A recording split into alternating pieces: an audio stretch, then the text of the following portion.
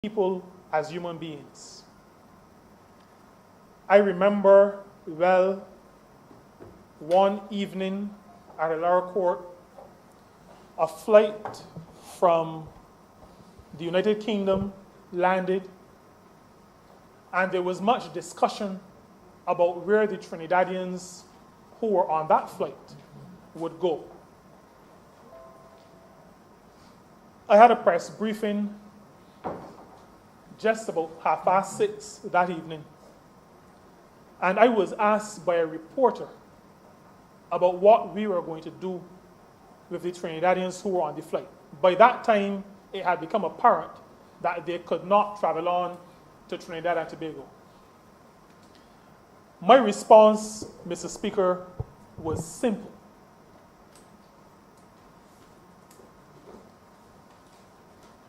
There were human beings on the flight, and we were not going to leave them at the airport.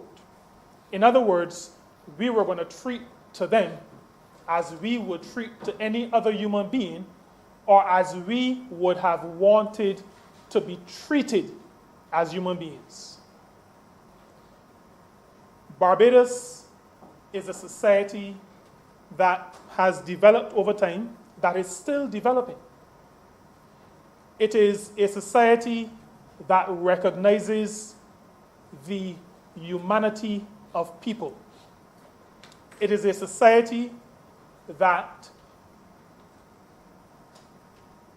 practically, but some may say theoretically, has been built on being our brothers and sisters' keeper. It has been built on the golden rule, treating people as we ourselves would want to be treated. It is also a society that understands that I may not agree with you, but we can respect each other even as we disagree. And so, Mr. Speaker, when it comes to the matter of the 12-month Barbados Welcome Stamp, I want to reiterate that this initiative to be put into effect more fully by the passage of this bill is one that is of strategic importance to the country. It is of importance to ensure that our people can survive. It is of importance because it also allows for some transfer of knowledge between those who will take advantage of this opportunity and come to Barbados and Barbadians generally. We expect that in the intermingling that the Honourable Member for St. James South spoke to, St. James Central, spoke to, that in that interaction, there will be the transfer of knowledge. We are inviting people to enjoy the country that we have made for ourselves to enjoy. So we have not built out good internet service for these visitors. We've built out good internet services for us. We've built the internet service that persons who take advantage of this 12-month Barbados Welcome Stamp will enjoy is an infrastructure that is in place for us.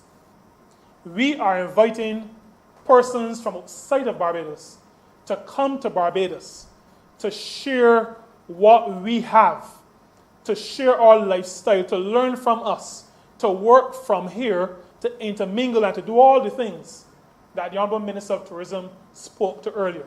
Hiring the cars, going in the shops, going into the bars, spending money.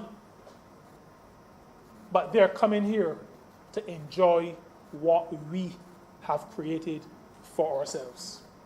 This program, Mr. Speaker, is one that, by its nature, demands my full support. It is a good program. It is visionary. It is strategic. It is also necessary. And I want to commend this bill to this honorable chamber and to commend it to the world, and to ask that as fellow citizens of the world, we embrace those who come to share with us on a long-term basis, just as we embrace those who come to share with us on a short-term basis. Together, we will get ourselves out of the mess that the world finds itself in, and we will all be the stronger for it as we allow safe people to do safe work in a safe country. I'm obliged to you. Honourable Member for St. Michael West. Thank you very much, Mr. Speaker. Just to briefly contribute to the discussion on the matter being given attention to by us at this time.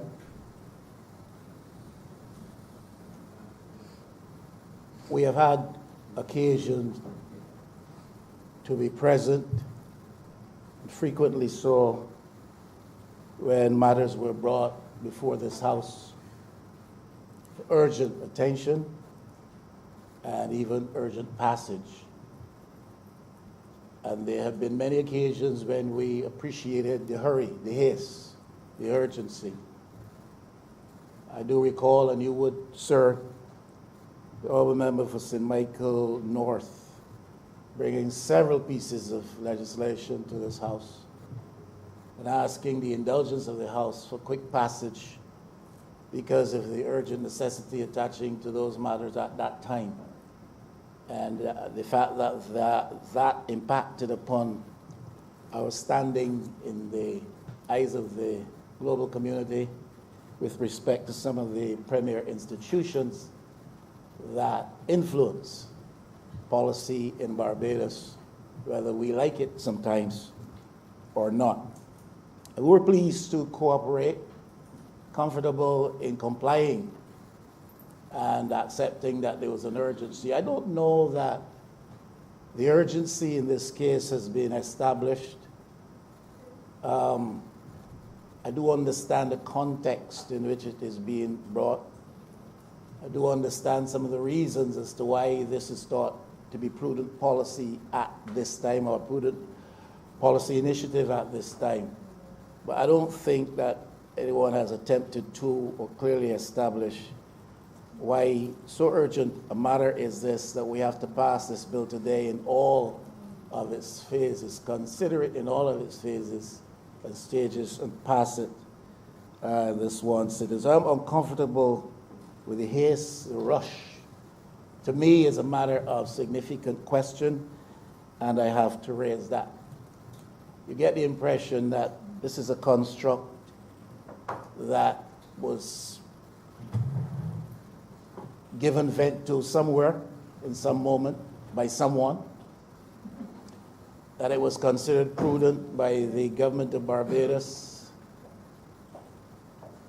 that hasty consideration, a week and a half, I heard, 10 days, 14 at most, for contemplation of it, conceptualization of it, and even the drafting and it arriving here.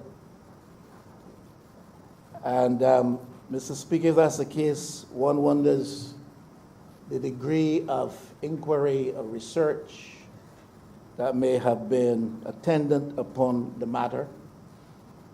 And we do know that sometimes circumstances do not afford us the opportunity of a long and drawn-out process of research, an extended process of research. But one wonders if at all any serious, significant study has been given to this beyond the thought of somebody that this seems like a good idea. Let's get a jump on it before some of our competitors do. Barbados is facing some dire economic straits, and we need this, so let's get this to Parliament in a hurry. Now, question has to be asked as to who we're really targeting with this. We're non-nationals of Barbados who are possessed of a certain measure of wherewithal financially and who can get past some rather simple queries as to their good standing at home and in the world. And that essentially that is what qualifies them to be able to come here to work for a 12-month period and for a small fee. Now, my concerns increase having heard the contribution of the last member. There is entailed in this bill a definition of family that talks of partners. The comments of the last honorable member who spoke disturbed me because he seemed to be signaling very clearly that this bill anticipates, contemplates, inviting and giving approval to a presence for this purpose as stated in the bill here, persons who are constituting families, the construct of which or construction of which is not legal in Barbados or under Barbados law. Now, I heard that just now. I have to admit, and I don't want to anticipate what is coming when we discuss the bill with reference to anti-discrimination re-employment. I thought it would emerge from that debate because it is more clearly indicated there. But I did hear the honorable member of St. Peter indicate that we should throw out a welcome mat to families constituted in a way that's not lawful in Barbados terms. And if that is where we're going, say that very clearly. So not only the world might understand, but that Barbados may understand that we expect husbands and wives to come. We expect husbands and dependents to come. But the construct of family as intended under this legislation will also see us open our doors to males who form peers in that social context, to females who form peers in that social context. If we want to go that route as a government, we must tell the people of Barbados that this is part and parcel of that which we are discussing and intending to pass today. If I am wrong and that is not the case, tell Joseph Hadley that that is not the case. And when you tell him so, let the rest of Barbados hear you tell him so.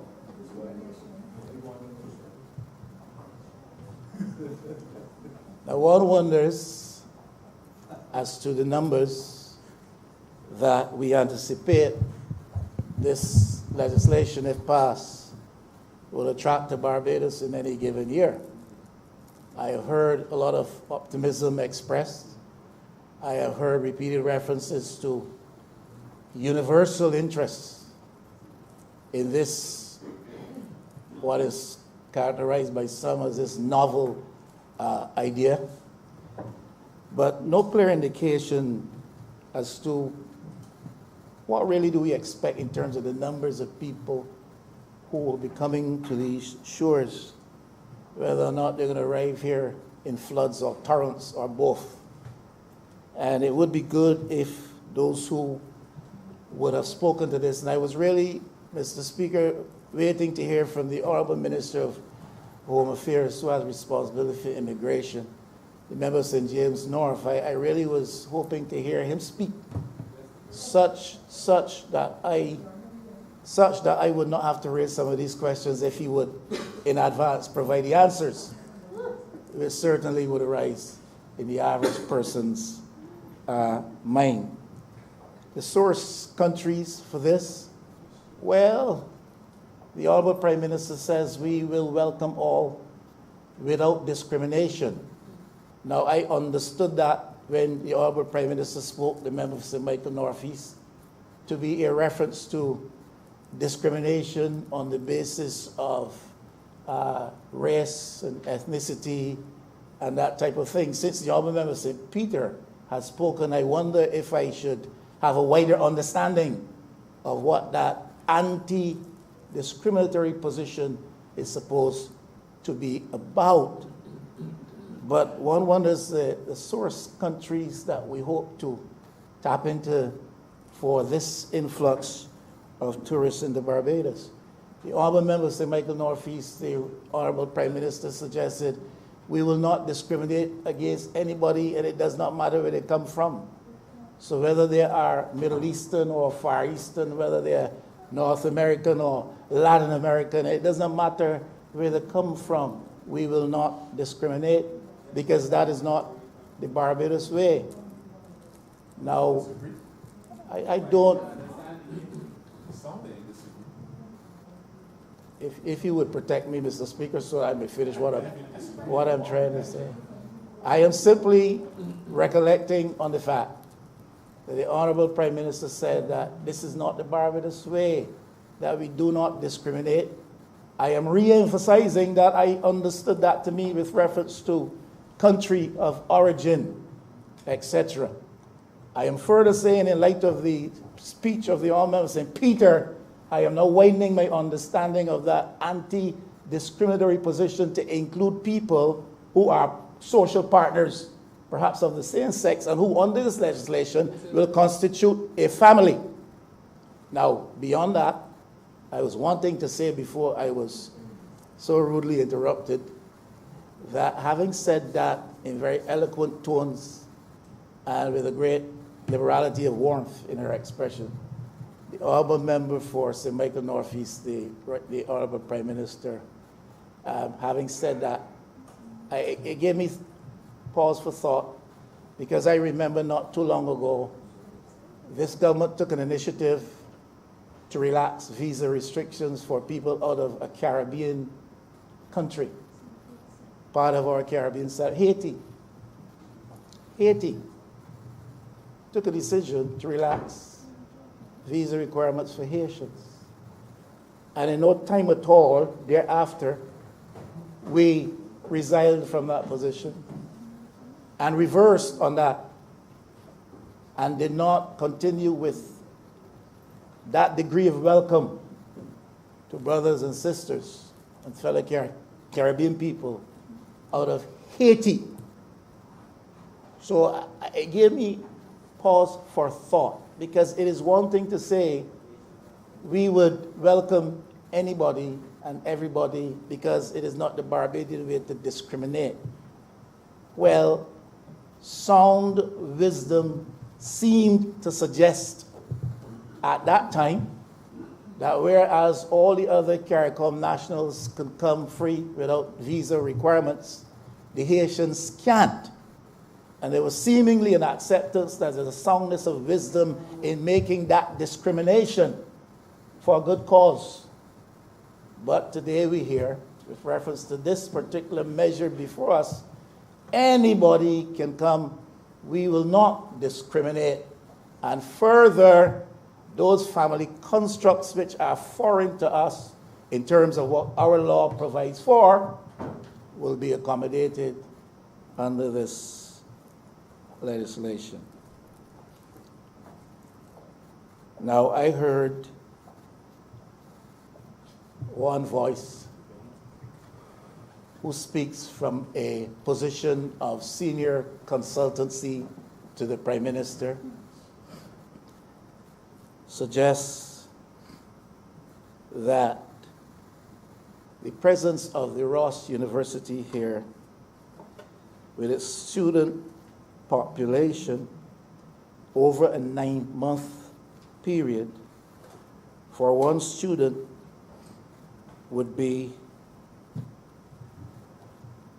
suggestive of the fact that we need to rely more so on this type of long stay visitor. Because a student coming to Ross will be there for 9 months of a year, whereas the average, what we call traditionally the long stay visitor, is here for about 7 days. I think I heard that voice say that. And that the equivalent earnings value of that type of presence at Ross was that of 11,000 tourists. So we are more inclined to be embracing and accommodating, welcoming and inviting of the type of visitor who can stay for 9 months or 12 months, because in money value terms, it pays off better. Now, I'm not saying that there's anything wrong with that. I'm simply saying when I heard that voice seemed to suggest quite clearly that what we are about here is increasing the earnings potential of those who come to Barbados, and that is all right. But the question that I have to attach to that in the context of my submission thus far in this debate today is at what cost? Because if we are going to welcome anybody from anywhere, we have to be able to measure and count potentially the cost and not only the value of earnings. I need to ask the Minister of Home Affairs, I believe he will speak in this debate, as to whether or not part of what gives rise to the haste in this matter today has anything to do with the fact that there are already persons here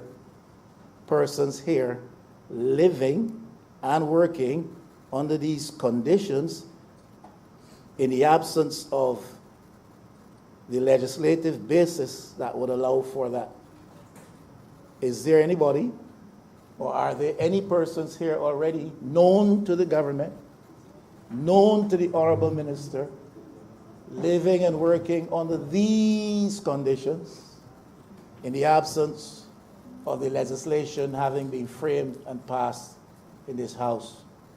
Are we trying, therefore, after the fact, to catch up with the incidents of what's going on around us with respect to this matter? I really would like to hear him definitively say that that is not the case, and that he knows it is not the case, categorically not the case.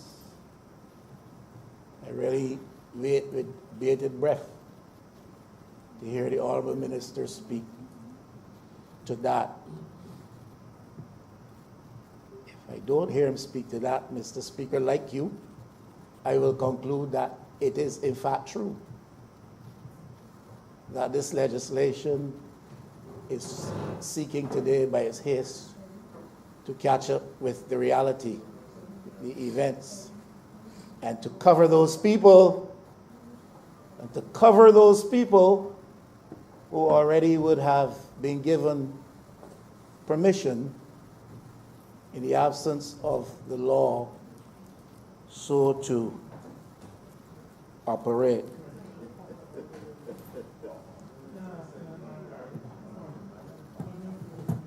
If it is not so, Mr. Speaker, the Honorable Minister can clearly stand and definitively say it is not true. And when he's on his feet, he can say what the Honorable Member St. Joseph is suggesting while in his seat, that it is garbage coming from this place. If it's garbage, Point of order, Mr. Speaker. Garbage say so. In this debate, and I don't believe that Hansard would indicate that I made any comment in this chamber. And I asked the Honourable Member to withdraw his comment. There are rules. I remember because I realized that your microphone wasn't on, etc. Understood. Understood, Honorable Member St. Joseph. Continue. and I agree entirely with the Honourable Member St. Joseph that there are rules, and that is why I raise the issue. Because if what I say is true, if what I say is true, then rules are being broken because there are rules. If what I'm saying is not true, simply say categorically, as Honourable Minister of Home Affairs, that is not true to my knowledge. There are some who believe government wants to embark upon a path where down the road we see this type of initiative evolve into something else as practiced in other parts of the Caribbean, where people find non-traditional ways of becoming citizens of these countries. There are some who believe that this initiative is a first step in that direction towards towards introducing something called citizenship by purchase, citizenship by investment. There are some who believe that. And I know that the honorable member of St. James North, again, categorically will say that that is not the case. And I encourage him so to do, so that that thought may be dispelled in the minds of those who are given to that type of folly. So I urge that. Now, the question has to be asked is the benefits to be realized, and where the benefits mostly so will be realized. Obviously, if this comes to pass, that is, the legislation comes into being, policy is put in place, and people do come, there will be some jobs, some spin-offs in relation to employment, and that is absolutely necessary at this very crucial time in our economy. But sometimes those who benefit at that level benefit only incidentally. The real benefit is served and intended so to do to select interests or to select groups. Obviously, those who are involved in the property or property development sector, those who are involved in the hotel sector, the housing accommodation sector, will benefit significantly if this materializes to the extent that the government seems to envisage. So we really need to have an understanding as to what those in the property-related sector, those in the housing or accommodation, let me say, sector, can look forward to, as well in speaking clearer terms as to those at the other level, those who are employees, those who give help as domestics, and those who work in areas which are incidental to a properly functioning and viable tourism industry. And I say this, and it could be dismissed again by those who hear in these immediate precincts if they want. But I remember recently going on social media, and I heard a very loud rant from a hotelier in Barbados. A hotelier in Barbados, in absolute and clear terms, demanding that the government bring certain legislation to this parliament by a certain time.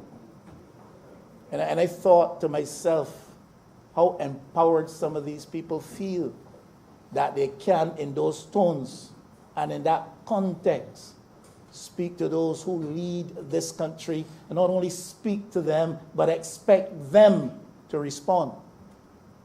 That had to do with, I think, severance payments, benefits, or something like that, and extending the qualifying time, something like that.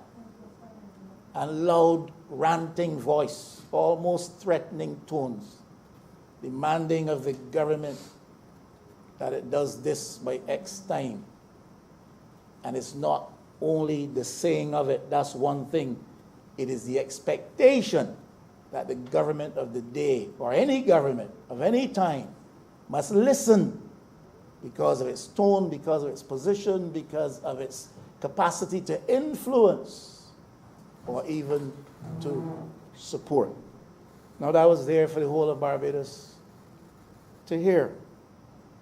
So when policy initiatives are brought here, one point of analysis and reflection must always be who ultimately is to benefit most from the intention of the government. And that is all I'm saying. Speaking clear terms as to what the policy is intended to achieve, who you expect to benefit mostly, and in what volumes, and how, incidentally, those at the bottom may benefit, if at all. Problem I have, in part, with the legislation, Mr. Speaker, is that it seems to rely on a process of self-certification. Now, I know the application must be made to the chief immigration officer, but I look at the schedule to this legislation, and it tells me what the qualifying criteria are. X amount of money in assets, $100,000 or something like that, wherewithal the means, and you must be working legitimately at a job here in Barbados and only that job, etc., etc., etc. But then a simple question, quite seemingly innocently put, do you have any criminal conviction or something like that? Yes or no? Chances are the person who is criminally bent or criminally experienced will say no if the answer in honesty is yes. But it seems to me, the point I'm making is that in this era, in this day and age, Mr. Speaker, questions that seek to ascertain the legitimacy and bona fides attaching to persons who are seeking privilege, qualify for some benefit, are more stringent than that, more probing than that.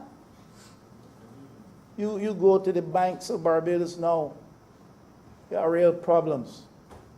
I passed through Trinidad on private business just before this COVID thing, and I just wanted to change some money at the banking kiosk in Piarco. Mrs. 45 minutes, and it's not that I had to wait behind anybody. Maybe I look shifty. Maybe I did not wear the garb. Shifty and shady. I hear that from the other side. And maybe I did not wear the garb of innocence that attaches to our Honorable Attorney General. And but Mr. Speaker, very serious point is that 45 minutes, and I didn't have to wait behind anybody. It took that length of time to change a few dollars, not much, Mr. Speaker. Not much. I'm seeking simply to suggest that this day and age, with all that is going on around us, led by the criminal impulse that is quite organized, it seems to me that the innocence of the question posed in here is befuddling. You mean to tell me that part of what I do for my application is simply to say yea or nay, I don't have a conviction? Banks talk about know your customer protocols. Our relatives already have been mentioned in here today, Mr. Speaker, deemed now politically exposed persons. The average guy out there needs a police certificate of character simply to get to see some members of Parliament, Mr. Speaker. Simply to get to see some members of Parliament, Mr. Speaker. Now, that's a tongue-in-cheek comment, but you understand the drift of what I'm saying. The protocols, the requirements are quite stringent. Now, for something like this, for people coming from all around, simply ask the question, have you had a criminal conviction? Well, you don't even have to provide, apparently, if the schedule entails all there is attaching to the matter. You don't have to supply anything like that. Likely, Mr. Speaker, if we get into situations where we have to deal with a criminal element that emerges out of this facility, we are therefore dealing today with fairly loose legislation in an era of white-collar crime. Now, if you are going to be dealing with people in this kind of a universal way,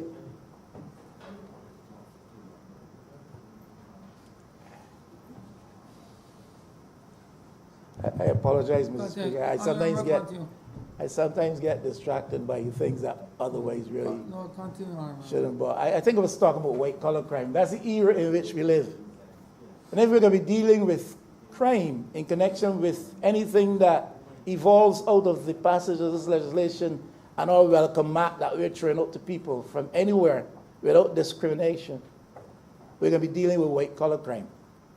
Mr. Speaker, you and I both know that Barbados can't even get a handle on white-collar crime here at home. Barbados cannot even get a handle on white-collar crime here at home. You deal with the courts, Mr. Speaker.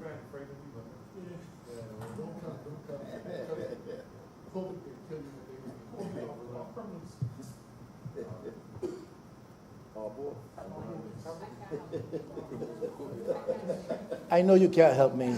I look to the warmth and smile of your face.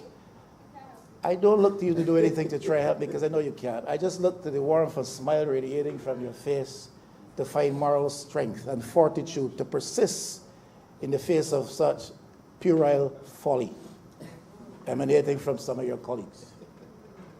Now, I'm talking about a very serious thing. And maybe the Attorney General is quite the appropriate person to speak to that. Because we cannot get a handle on white-collar crime in this country.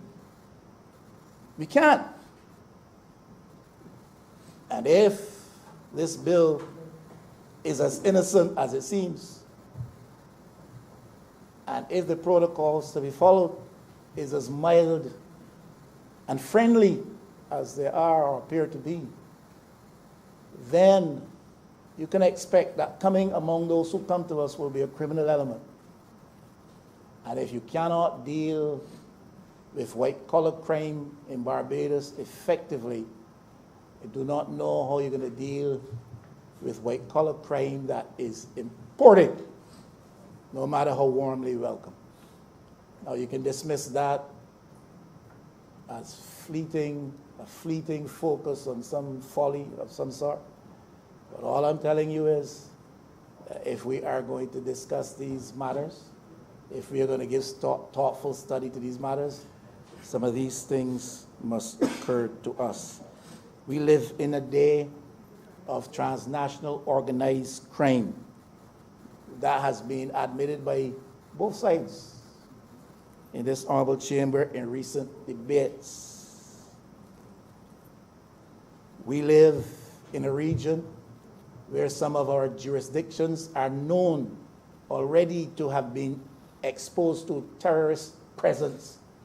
Mr. Speaker, as innocent as we are, the world about us is not altogether all that innocent. And there are elements looking for opportunity.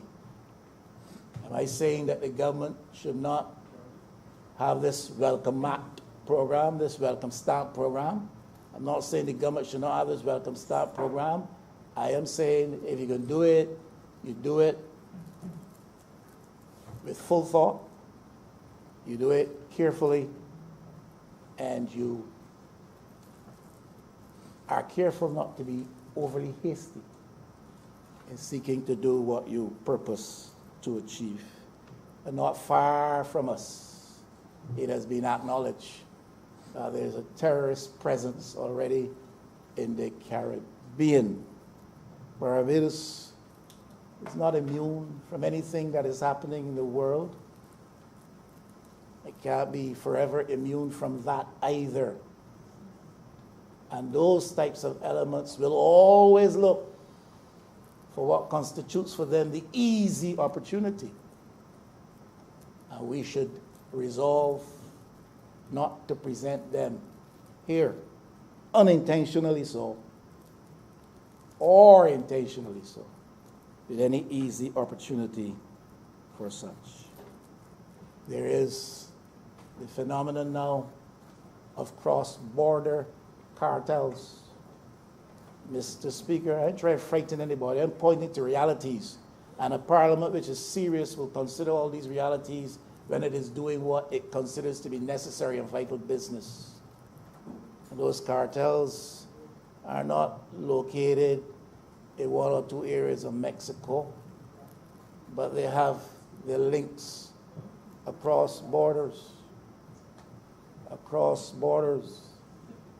And there may be those here chosen to lead who, rather than give consideration to these matters, may want to be dismissive of them.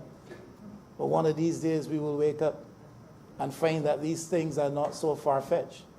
we had a terrorist action resulting in total death to all threatened by the circumstances at the time off the coast of Barbados not so long ago. This party had happened to be the administration of the day and should very well remember that. And those were in the innocent days of terrorist activity. Those days are no longer that innocent. And if you are going to provide qualifying criteria for people which they must meet in order to be given a welcome stamp to Barbados, these things cannot be dismissed simply because we are broke, simply because economic activity in some sectors or areas will have grounded to a halt, simply because we need to employ people, and very quickly so, to avoid even further stresses. Understand all of that. I understand all of that. But even in the light of that, we can't just go wildly.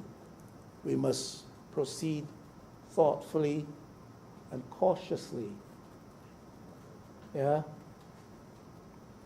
It's called hurrying up while you take your time. And that's all essentially I'm trying to say. I don't see any query here as to source of funds. I presume somewhere along the line, the Immigration Department will inquire into that. But it's $100,000, that's not a lot for some people, I presume. It's a lot for you, I know, Mr. Speaker, and I sympathize with you. It's a lot for me. We walk together in that regard. US $50,000.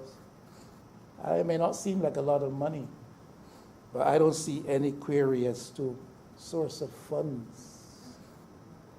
Just a reference to the fact, yes, I have $100,000 in some account. So once you have it, and you can sign and say, I don't have any criminal record, the Immigration Department is expected to give you a stamp of welcome to throw out the welcome mat. Now, the Honorable Member of St. James Central, what he said was absolutely correct. If you are going to come with a program like this, and you are going to facilitate people, you can't do that and then frustrate them by having a process that is either stagnated, not at all fluid, does not provide a facility of speed that makes the initiative worthwhile and the effort beneficial to the prospective visitor. We have a problem here still. Length of time in processing at the Immigration Department. Applications for all kinds of things. Application for all kinds of things. It takes an inordinately long time, sometimes years. Some all Caribbean people who've been here for a while and have to do renewals of certain instruments to facilitate their further stay and their further work. It takes a while to process them. But we get the impression that with this, automatically and overnight, this will kick in 1st of August. We will have visitors from the 2nd of August. And we're on our merry trek. Well, I think we've got to do what we can to make our facilities more capable, our processes more capable of expediting people when once we've put in place, and thoughtfully so, the proper regimes and the proper protocols. I heard more than one reference to the fact that we have the technological capacity, the telecommunications capability of accommodating this type of visitor for this type of purpose. I would like to think so. And there are those who perhaps are in a better position to speak to that than I am. But I know I hear people complaining frequently about the service provided through our telecommunications and technology service providers. I hear that repeatedly. Some of the entities getting the biggest bad raps in Barbados today are those who provide service in the world of technology and telecommunications. And that's a fact. I think if you're going to be attractive to people who come from well-developed jurisdictions or areas within well-developed jurisdictions, you really got to have the kind of platform that would make it functional, worthwhile, and workable for them. And I have my concerns about the impact upon not only technology or telecommunications architecture, but generally our infrastructure. We are, and it has to be said, you can say I'm opposing for opposing's sake. I never do that. But it has to be said, we are finding serious challenges servicing our population in some critical respects. You know that, Mr. Speaker. I have to go over that. Whether you're talking water, you're talking sewage, we have challenges. So we have to be cognizant of those things and to strategize such that we target source jurisdictions and target numbers such that we are capable of managing. If that is not a consideration, those who speak with major voice on these matters can discount it. But I say that it is.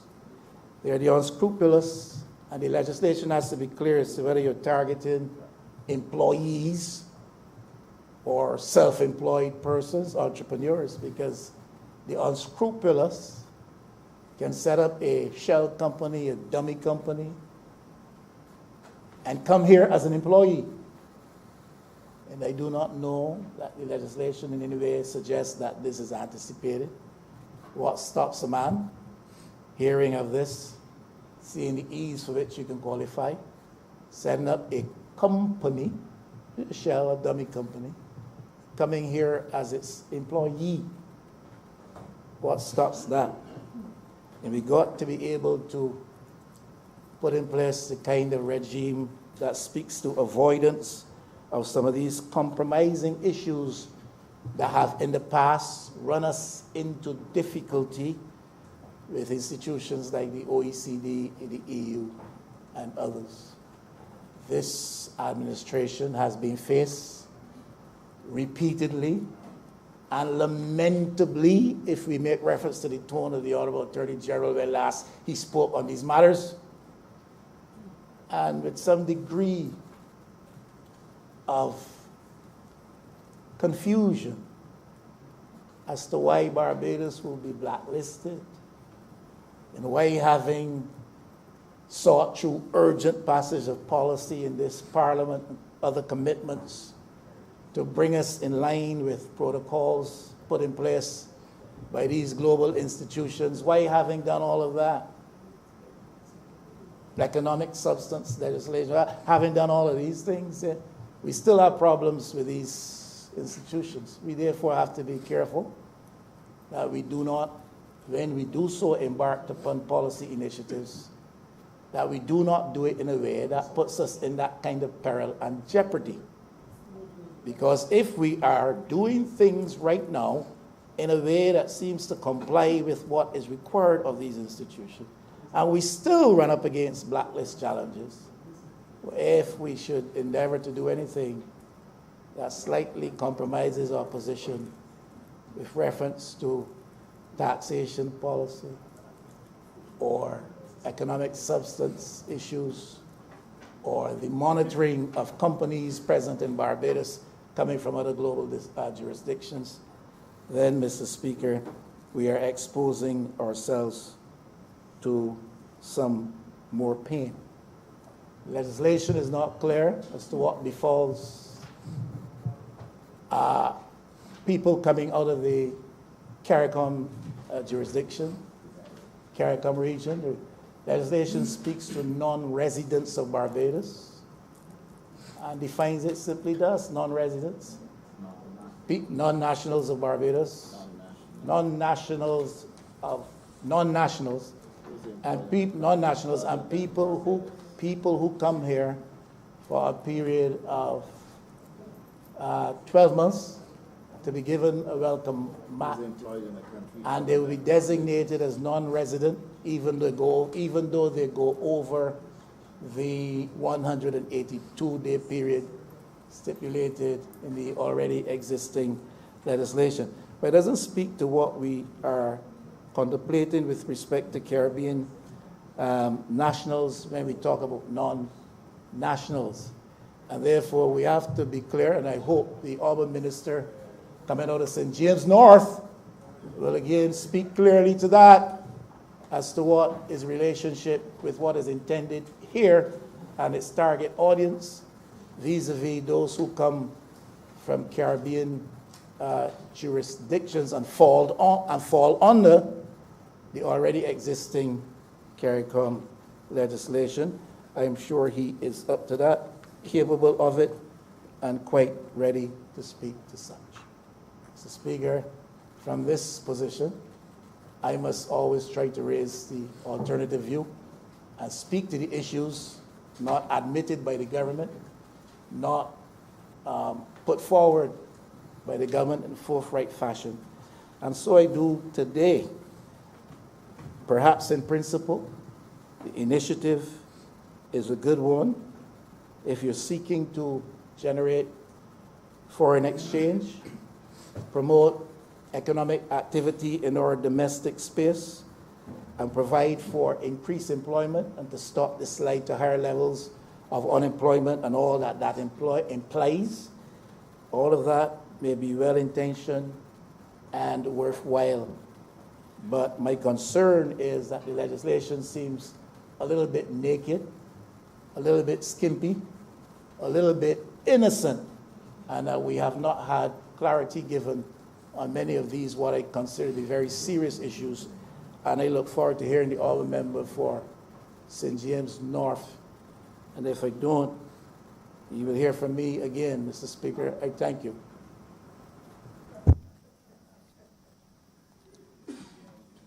Honourable Member for St. James North. I thank you, Mr. Speaker. This bill before Parliament today is an extremely unique bill.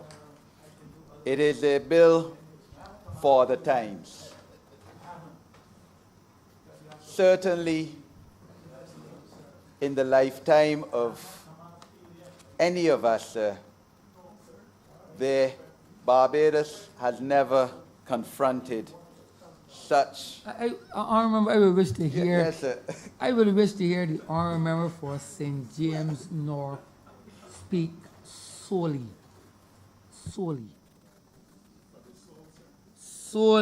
only the honourable member for St. James North, which means I shall therefore not entertain any asides from other members in the chamber. I thank you, Mr. Speaker, and I assume I could restart. Yes, you can. Okay, sir. I said that this bill is an extremely unique bill. It is a bill for the times which confronts not only, of course, our country, but the whole world. None of us have lived through any war with guns. But certainly, sir, this is equivalent to a war with guns, except there are no guns and except we have tremendous social and economic dislocation within all of our constituencies, our communities, and the whole country. I mean, I've heard, of course, my father speak about the Second World War and the shortage of goods in Barbados and the tremendous suffering of people during that time, sir. But this is something that has to come close to it within the context of our times. And all of this within essentially a 6-month period. As the Prime Minister, the Honourable Prime Minister said in introducing this bill today, when it first started out in December, we thought maybe this was something that would stay in the furthest part of the world from Barbados, as other recent health pandemics or health issues did. But this quickly spread throughout the world. And a government that is responsible has to act, sir.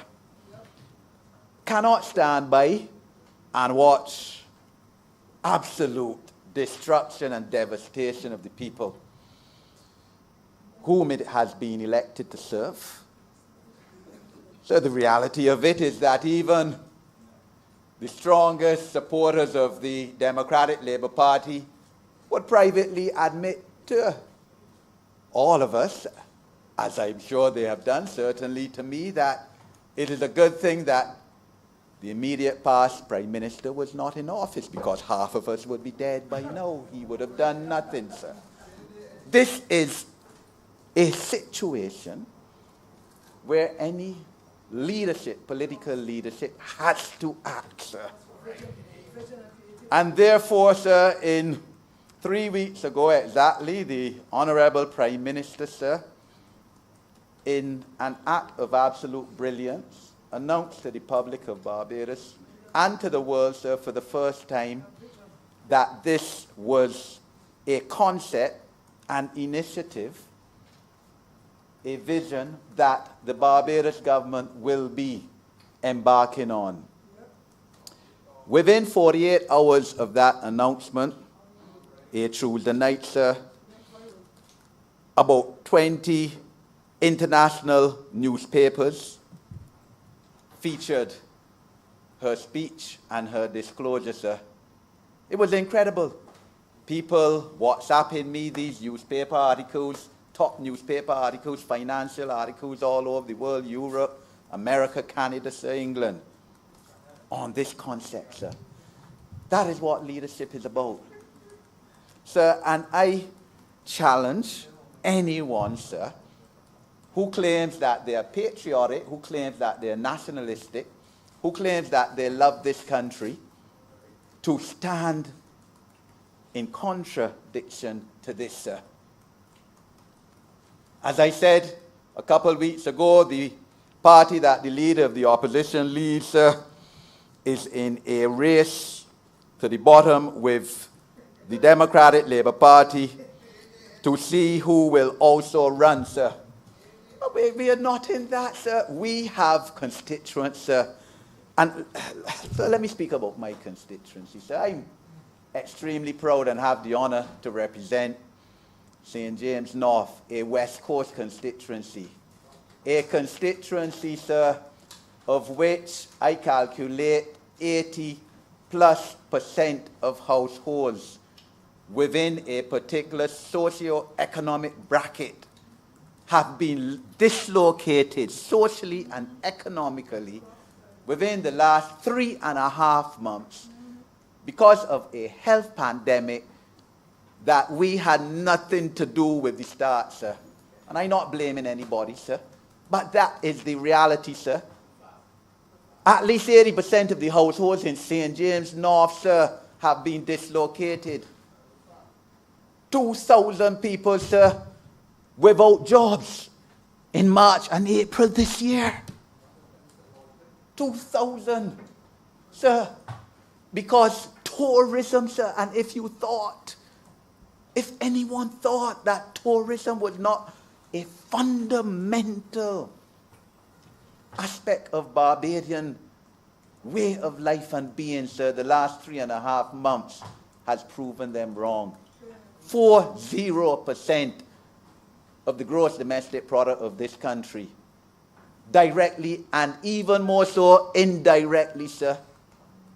So in my constituency, sir, as I said, at least 80% of the households within a certain socio-economic bracket, sir, and that is 90% of the geography of the constituency, either working in a hotel, in a villa, in a guest house, in a restaurant, when the night come playing at some place entertaining people, working on the beach, jet ski operator, sir, braiding hair, renting beach chairs, sir, selling on the side of the road, food, other ornaments, souvenirs of Barbados, sir. Don't mind Whole Town, sir, a part that the Honourable Member for St. James Central represents is just outside the constituency, but working in Whole Town, sir, in plazas. That is the reality of St. James North, sir. I don't know.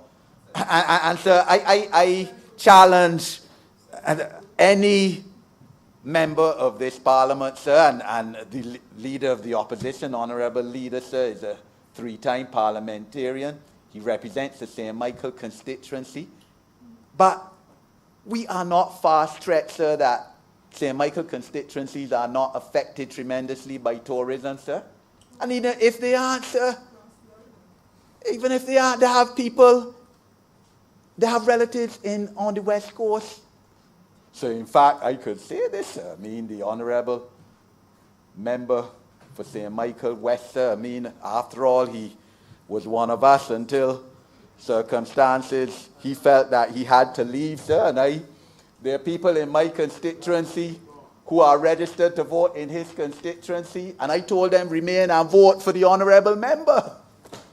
Well, that is what he did, sir, so that he could get more votes, rather than transfer them to vote for me where they live, sir. Why kept them by him? So they have a so they have a connection, sir. All of us connected in here suffer tremendously because of what has happened, sir. This initiative, in the erudite wisdom of the Honourable Prime Minister, sir, is brought before this Parliament to help save this country, sir, from what has been going on. People have to start working, money has to start circulating, sir. If not, rather than die from COVID, sir, there are some people who could potentially die of starvation. But that is what we're dealing with.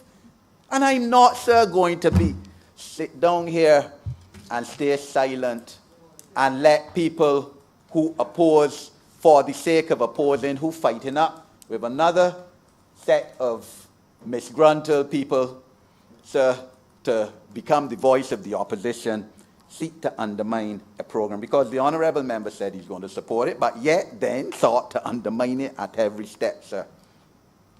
And this takes us back to, what, just over 40 years ago, sir, 1978, 1979, when the late Right Honourable Tom Adams, then Prime Minister of Barbados, brought in international business legislation. And the then opposition party sought to undermine it and say how mafia can come into Barbados. The late Sir Richard Haynes, I could hear his speech right now because I used to listen to those debates, sir, saying how we can let in the mafia element and Barbados going to be overrun with criminal elements here. And this is reminiscent of what the honourable leader of the opposition just said. You know, and the international business sector grew to become the second only to tourism in terms of foreign exchange earnings in this country, sir. Employing thousands of people, bringing in millions of money in foreign exchange into this country. But yet that is what it was supposed to do, and it was supposed to bring in a whole set of gamblers and all kind of things, sir. I'm not in that, sir. I didn't come in politics for that, sir. I came in, and all of us here came to help people, sir. And so this issue, Barbados, sir, we have an arrangement with regional institutions whereby We know who's coming in here and their records, sir. And we have arrangements with Interpol and international law enforcement agencies, sir, through that Caribbean agency, sir. So anyone, for example, who has been deported previously from Barbados, sir, and a lot of people were deported by the last government, sir, wrongfully, sir, that is the truth, for foolishness. They had children in Barbados, for Barbadians, but still they were deported for overstaying, sir. And if they attempt to come in, we know, sir, they could write and ask me as ministers to revoke, sir, and they do so. But even a simple thing like that, coming into Barbados where you have a deportation order against you, we know. So this hysteria, or pretended hysteria, because I know the Honorable Leader of the Opposition knows better, sir, that we can get criminal elements, and all we have is a question about whether they have a serious criminal conviction, sir. Really and truly, let me tell the public, sir, is of no cause for concern. We have mutual information agreements, sir, mutual tax arrangements with other countries, mutual cooperation agreements, sir. All of this, the nation state, the sovereign country of Barbados has put in place, sir, to keep out criminal elements, sir. And the issue of citizenship by investment, well, we've stated that many times, sir. We don't have to repeat that here, that we're not in about that. Countries within our CARICOM arrangement are free as sovereign countries to go into that, sir, and have gone into that, but we have said no, that we are not going to go into that, sir, and that we feel our passport, the Barbados passport, is one of the highest rated in the world, one of the top 25, sir, and we are satisfied, sir, that we don't have to go into that, sir, but we respect the right, sir, of our CARICOM sister countries, some of them, to do that, sir. That is what sovereignty is about. But the issue, sir, of degree of inquiry and research and study on the matter, sir, by that time, the shit's sick. We don't have time for that, sir. The Honorable Prime Minister spoke about it. First person to speak about it in the whole wide world, sir. And all the other 190-odd countries in the world could have done that. The first prime among leaders internationally in this global setup that we have now. And others following now. Bermuda and I hear another CARICOM sister country, sir. We're not afraid of them. We feel that we are competitive enough and that the Barbados brand product that we offer will come on top of all the rest, sir. Because in this country, we don't have any restriction of one car per family, for instance, that another country may have, sir. We have top infrastructure, sir. And even though the Honorable Leader of the Opposition may have sought to criticize the telecommunication network, the reality is that our telecommunication network is tops for the size of our country, the development of our country, and the population of our country, sir. I mean, sir, I don't think that is an argument that you ought, that really and truly is worthy of bringing to this Parliament, sir. As I said, I know that. Member, I would wish to allow the honourable member for St. James North to speak uninterrupted so that I can listen attentively also. Sir, as I said, that argument has been advanced by the other opposition parties. Sir, I didn't think it was worthy enough that the Honourable Leader of the Opposition should bring to this Parliament issues of money laundering, sir, as I said, don't come into play, sir. And the Honourable Leader of the Opposition spoke towards we only have about certification, sir. You certify that you're making $100,000 a year. And that is why wisely, sir, wisely, and sir, I also have to give credit to the Honorable Attorney General for this. That is why, sir, we have in Section 3B, sir, I mean the Honorable Leader of the Opposition may not have read it, sir, that he can show proof of annual income of 100,000 or more, sir. So in other words, that gives the Minister of Immigration, no, sir, George, listen a bit, George. That gives the Minister of Immigration, and through him, the Immigration Department, the ability to ask for proof if they want, sir. If they want, sir. But we are into ease of doing business. You know, sir, one of the problems that caused this country to go down virtually into the gutter, socially and economically, under the last government, sir, was the fact that they made it so difficult to do business. And they refused to do anything whatsoever to ease doing business in this country. So therefore, we fell from number 72 out of about 190 countries in the world in 2007 to 140 on the ease of doing business index in May 2008, sir. The whole profile and thrust of this government, sir, is to ease doing business. And sir, that is what we're about. This process can be complicated, sir. Well, but by the time you get through filling the form, if you had all of these peripheries, sir, somebody gone somewhere else or staying home saying, well, this is too complex. I don't want to come and live here, sir. Ease of doing business.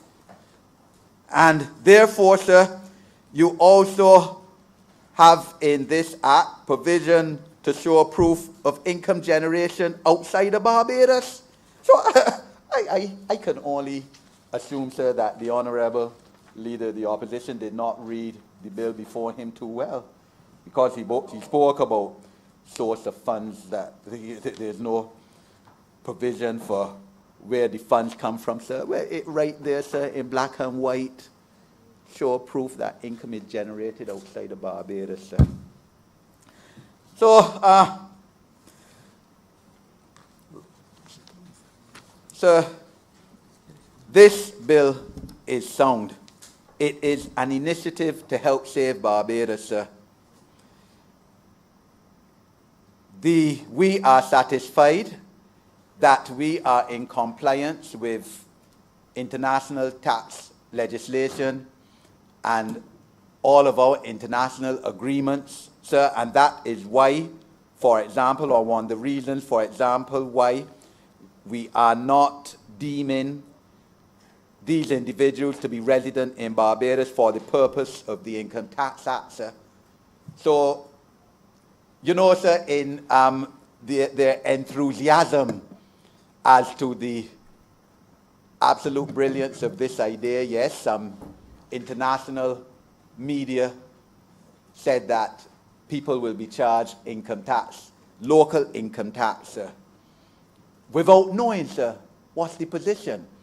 And we obviously have to now pull back from that. Clearly, Section 4 says they will not have to pay income tax, sir, because if that was so, if they were paying, that is when we could get in trouble, sir, in terms of breach of our agreements internationally, sir. And as for the OECD countries, sir, so we're a sovereign country, have been so since 1966. None of us in here could speak about what the OECD will do. What we do know, though, sir, is that the international economic order needs to change, and that the order that we have inherited from pre-colonial times and which still exists today, the Bretton Woods order, sir, has to change. And that's what we're pushing for. And that's what reparations and everything else that has risen to the fore, again, recently speaks too, sir. But we can't speak for OECD, sir, what they will do. We know and we are satisfied on the best legal and tax advice that we are in compliance and that we are not in breach of anything, that they should come and seek to humbug us, sir. In terms, sir, the definition of non-national, sir, person who is not a citizen of Barbados, well, that is clear, sir. Well, a 6-year-old child can understand what that means, sir.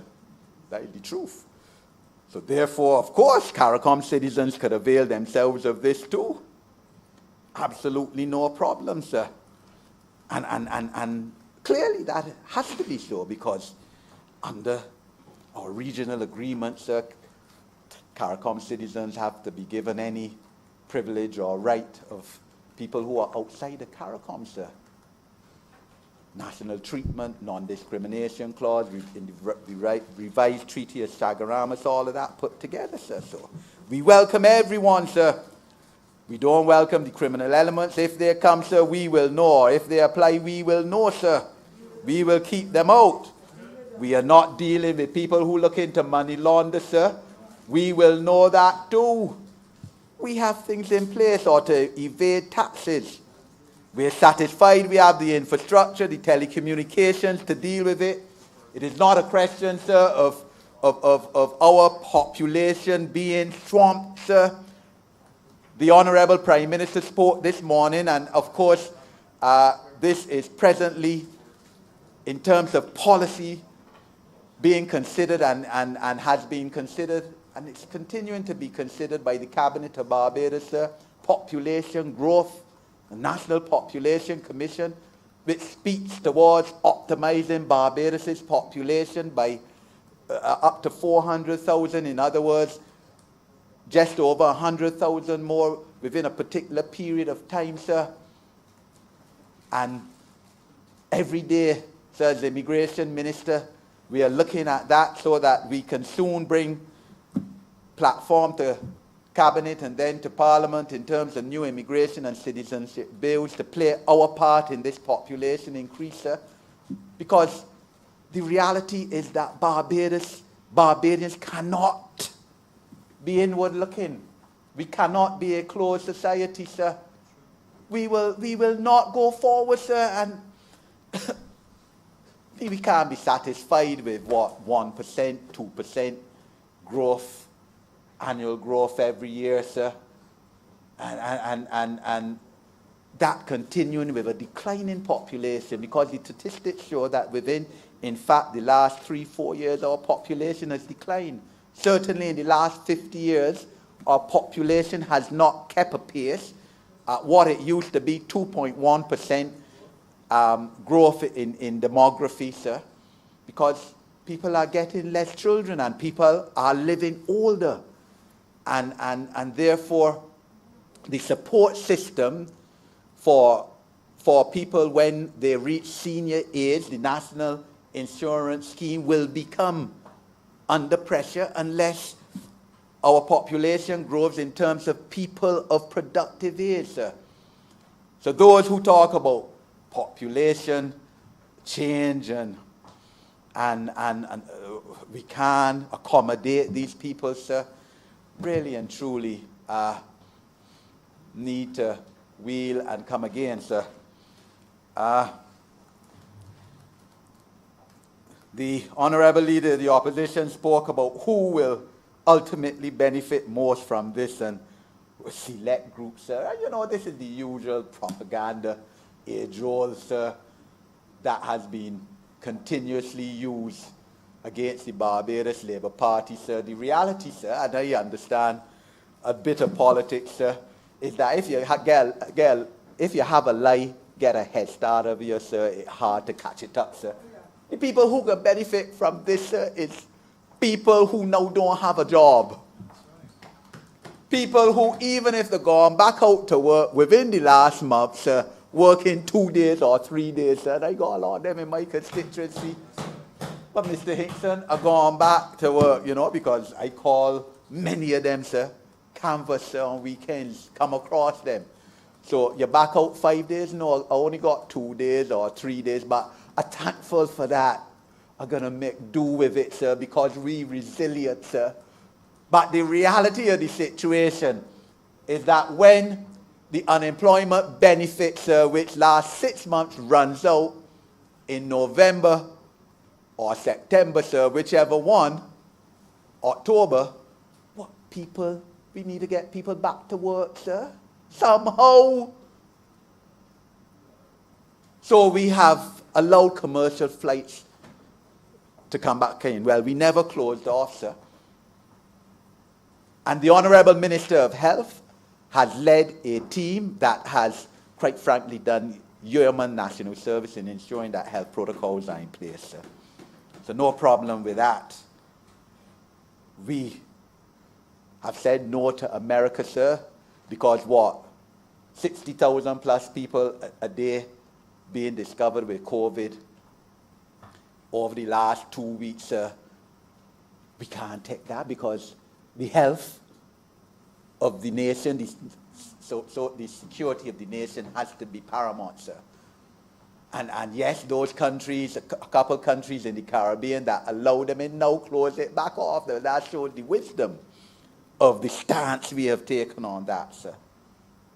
So don't let it seem, man, you know, the rich people or the white people or the hoteliers can benefit from this, sir. I know, and I speak in, sir, as a member of Parliament for a West Coast tourist belt constituency, sir, which has been totally undermined because of COVID, sir. And government, neither government nor the members of Parliament can sustain looking after all their constituents who have been dislocated for a continuous period of time, sir. That's the reality. You're not fooling anybody here today. That's what we have to deal with, sir. They're going to be those, sir. You know, before I get to that, the Honourable Leader of the Opposition spoke about work permits and people, implying people working here, non-Barbadians, without work permits, or without authority. And, you know, I already said in here, sir, that the Honourable Leader of the Opposition has to lead and really and truly should not be led by one of his 2 appointed senators in the other place, sir. Because I know where that came from. I can tell you, sir, that certainly whenever the Immigration Department, or whenever I, sir, as Minister with responsibility at the present time for it, sir, gets notice that someone is so doing, sir, we act. I certainly immediately call the Chief Immigration Officer and tell him, look, investigate this, sir. So you had an incident earlier this year with a hotel, sir. It was investigated, sir. And I asked for the file, and when it came, no, you don't have permission to work, sir. You don't have permission to work here. We don't work, so there's a process, advertisement. All right? Give Barbadian citizens, CARICOM citizens, the opportunity to apply, sir. So I don't know. But like I said, I know where that came from, sir. The senator in the other place. Sir, we are protecting, sir, in paragraph 7, clause 7, Barbadian jobs, because an individual for whom a stamp has been granted shall not engage in employment in Barbados other than employment for which the stamp is granted, sir. But that is what any responsible government would do, protect the jobs of Barbados. We're giving you the work permit for you to do the work that you had overseas. We're facilitating you, sir. And, you know, this thing, I see the other opposition party speaking about accommodation. So we got a lot of accommodations in Barbados. And you will choose according to your means and to your taste, sir. You could go in a hotel, you could go in a villa, you could go in a rental house, sir. You could go down by Basiba. West Coast, you have a choice. So this thing about the accommodation going to be expensive, sir, I'm not into that, sir. People will choose in accordance with their means and in accordance with their desires, sir. And more people in employment. As the Honorable Prime Minister said, we don't know how many people will avail themselves of it, sir. We don't know. But you have to take a chance. You have to do something. We know that there has been tremendous interest in it. That is what we know. Tourism has been asked, immigration, Prime Minister's office, other ministers, sir. And that is what we know. And I too join, sir, in praising the public officers and those others, sir, consultants to the government, sir, and to talk about consultants. We have too many consultants, but consultants were involved in bringing this. They're earning their pay. But also others who have done it gratuitously in working out, helping work out the fine print towards an idea, a concept devised by the Honorable Prime Minister. And I give thanks to them, sir.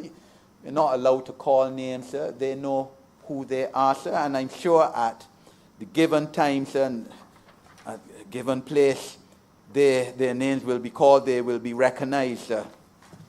This is an online process, and the Honorable Leader of the Opposition spoke about delays in immigration application processing, sir, and I totally agree, sir, that used to be so.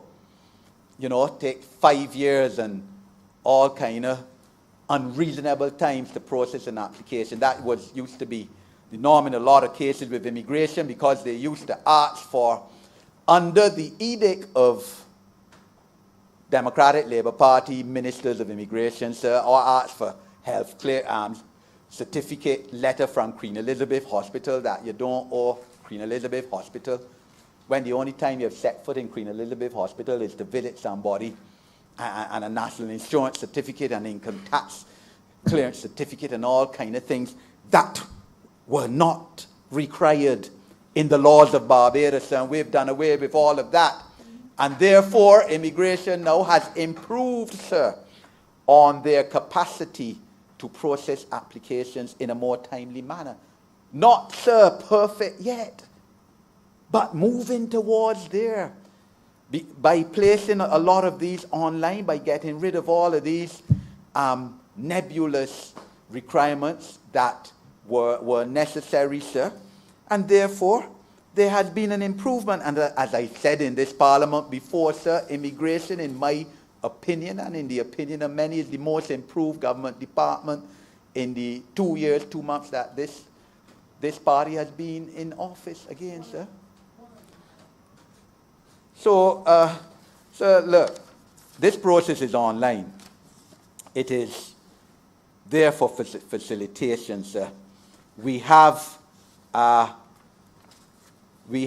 processes to check and to do verifications, sir, and we are satisfied, sir, that this is something that we have to do in terms of bringing Barbados back, as we have to where people can survive comfortably again, sir. Before I conclude, I'd like to speak on 2 matters, sir, because in here, if you can't speak frankly and candidly in here, as elected parliamentarians, you would never do it, sir. One, the issue of the Cuban nurses working here, sir. And I stand in full support, sir, of my colleague, the honourable member for the city, sir, in rebuking any country, sir, whether it's the United States of America or any other, that seeks to tell us who should be able to work in Barbados, sir. In a crisis war-like situation, the Cabinet of Barbados made a decision that we're going to bring in 100 Cuban nurses and medical personnel, sir. And there's no country in the world that has the right to tell a sovereign country that we can't bring them in and want to penalize us, sir, by some act because of 3 senators who have Cuban background and who have a problem with Cuba, sir. That is not our concern, sir. Our concern is about saving the lives of people in Barbados, about the health of Barbadians and people who live here, sir. And the Cuban nurses are doing extremely well, sir. And issues of trafficking, sir. You know, again, as Minister of Immigration, being occasionally, I've been written about human trafficking, and they want to now tie in Cuban nurses working here, for whom we are paying, sir, you know. But they're not working here for free, we're paying them, sir. Wants to talk about human trafficking and penalizing Barbados. I don't know why countries that are big, developed, wealthy, who have their own problems, sir. Their own problems. Whether it's in terms of racial disunity, control of health pandemics or otherwise, sir, but have time to try and trouble little Barbados, sir, that's struggling in an international environment that is against us, that we inherited our independence based on post-World War, sir, which we had no say in the formation of these institutions and the international order, sir. And we are no threat to these countries, and we here in our little corner trying to do the best for our people and for our region, sir. And big countries that are blessed with a lot of resources want to come now and penalize us, sir. I stand fully and join fully with what the honorable member for the city said 2 days ago, sir. And finally, sir, you know, sir, I'm not getting in any fight today, whether with the honorable leader of the opposition or anybody else, sir. But, you know, when you can tackle a man on this front, you try to tackle him on another. So issues now surface in this debate about the definition of partner, sir.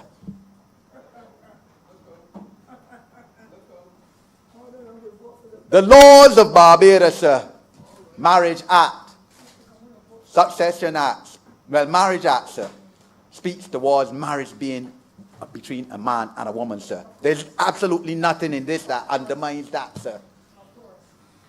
For the last 45 years, the Parliament of Barbados passed legislation recognizing unions other than marriage. In fact, not 45, sir. That Henry Ford, sir. Sir Henry Ford, sir. The Sir Henry Ford legislation, 1981, Family Law Act, sir, 40 years ago. But before that, sir, you had Succession Acts, which recognized, as the Honorable Prime Minister said earlier, succession of children, whether born in or outside of a marriage relationship, sir. Right?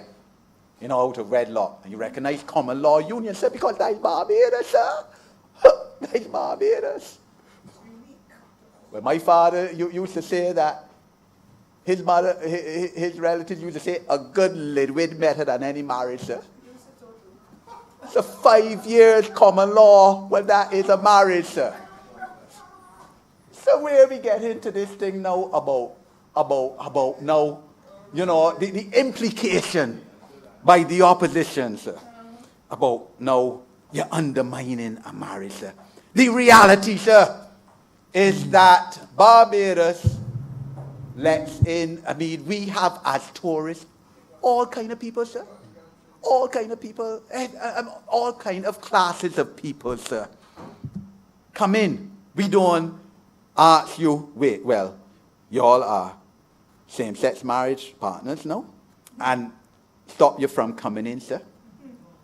And the hypocrisy, and the honorable member for St. Peter, sir, spoke on this, and I regard the honorable member for St. Peter, sir, is, in my submission, sir, the moral light of this parliament, sir. I take moral guidance from him, sir. That's the truth. So I not getting into this, sir. But the reality of the situation, sir, you know, where I can't stand for hypocrisy, sir. And I can't stand for hypocrisy. And there is no way, sir, that I can be the judge of anyone. I will not stand in judgment of anybody, because the law that is reserved for the Lord, sir, on judgment day, and not for any human being, sir. And I always say this, sir, that Nelson Mandela, the late Nelson Mandela, who I certainly and who I believe a significant majority of the world recognize as one of the three greatest men of the 20th century, sir. Easily one of the three greatest, sir. You know that South Africa was the first country, sir, to legalize same-sex marriage, sir. I am saying, sir, and I want to make it fundamentally clear, that this bill before Parliament does nothing whatsoever to undermine the sanctity of marriage between one man and one woman, sir. But I am saying, sir, that one of the three greatest men of the last 120 years said that South Africa cannot discriminate against people on the basis of sexual preference, and at the same time say that apartheid was wrong. Because you can't say that discriminating against people on the basis of color is wrong, but then discriminate against people on the basis of their sexual preference. And therefore, South Africa was the first country in the world in 1994 or 1995, I think it was, that legalized same-sex marriage, sir. So, you know, sir. Could you all remember wind up, please? Yeah, yes, sir. So I'm not into hypocrisy, sir. We are allowing partners in, sir. You know, that has nothing to do with definition of marriage, sir. Sorry, definition of family, as the Honorable Leader of the Opposition was implying, sir. Nothing to do with that, sir. Family structure is intact, sir. But the reality is that this is a tourism thrust bill. That is what it's about. To try to regain some aspects in some way of an economy that depends 40% of GDP on tourism, sir, which essentially disappeared to a large extent within the last, certainly in 3 months, between March and last month, sir, and with the consequence adversely and destructively on each and every community in this country, sir, because all of us are one, sir. And you can't say the West Coast or the South Coast, the tourists there, because everybody has families, sir, and friends all about this country and relationships, sir. That is what Barbados is about, sir. I stand fully in support of this bill, sir, and look forward to its successor, and I really call on all Barbadians, sir, to join with us, because we're all in this together. I'm obliged to you, sir. Honorary Member for St. James South. Thank you, Mr. Speaker. Thank you, Mr. Speaker. I rise to join my colleagues in speaking to the Welcome Stamp program and to congratulate those who have spoken before and who have so eloquently supported this program because of its tremendous importance to the Barbadian economy and to the survival of the families of this nation. Mr. Speaker, this government, one of our hallmarks has been that we have brought to bear to governance bright, bold, innovative initiatives. From the time we confronted the chaos, the economic collapse of Barbados when we took office in May in 2018, we have sought to bring before the people of Barbados initiatives that are capable of taking this economy, this country, its citizens out of harm's way. But it's not just bright, bold, and innovative. One of the things that characterizes this administration is our care for people and their well-being. And it is this drive that has brought to this honorable chamber this piece of legislation today, the Welcome Start program, to be able to offer to our country an opportunity for us to be able to enable every citizen to be able to regain an economic footing in this country. And one of the characteristics that I admire so much is how fearless, how bold our actions are, how responsive this administration has been in the face of this most daunting setback, when we anticipated that 2020 would have been a time of growth and forward propulsion. Here we were slapped with COVID-19, challenging us, standing in the path, saying it will not let us advance to go. But we brought an immediate response, Mr. Speaker, and we have sought to put in place initiatives to be able to assist the country to weather this particular storm. And now we're bringing before this Parliament initiatives to help us get around COVID and move forward. Indeed, as was shared earlier, the Welcome Start program was received so positively from the time it was announced. It was a leader, it was pioneering in the area of tourism, and was carried on news broadcasts across the world. It's on the lips of people everywhere. People want to come to Barbados. And indeed, it was like a bright, shining light in the midst of this COVID darkness that had created so much fear, and people want to escape, and the challenge of lockdown. The success of this program, the Welcome Start program, will come because it was made possible.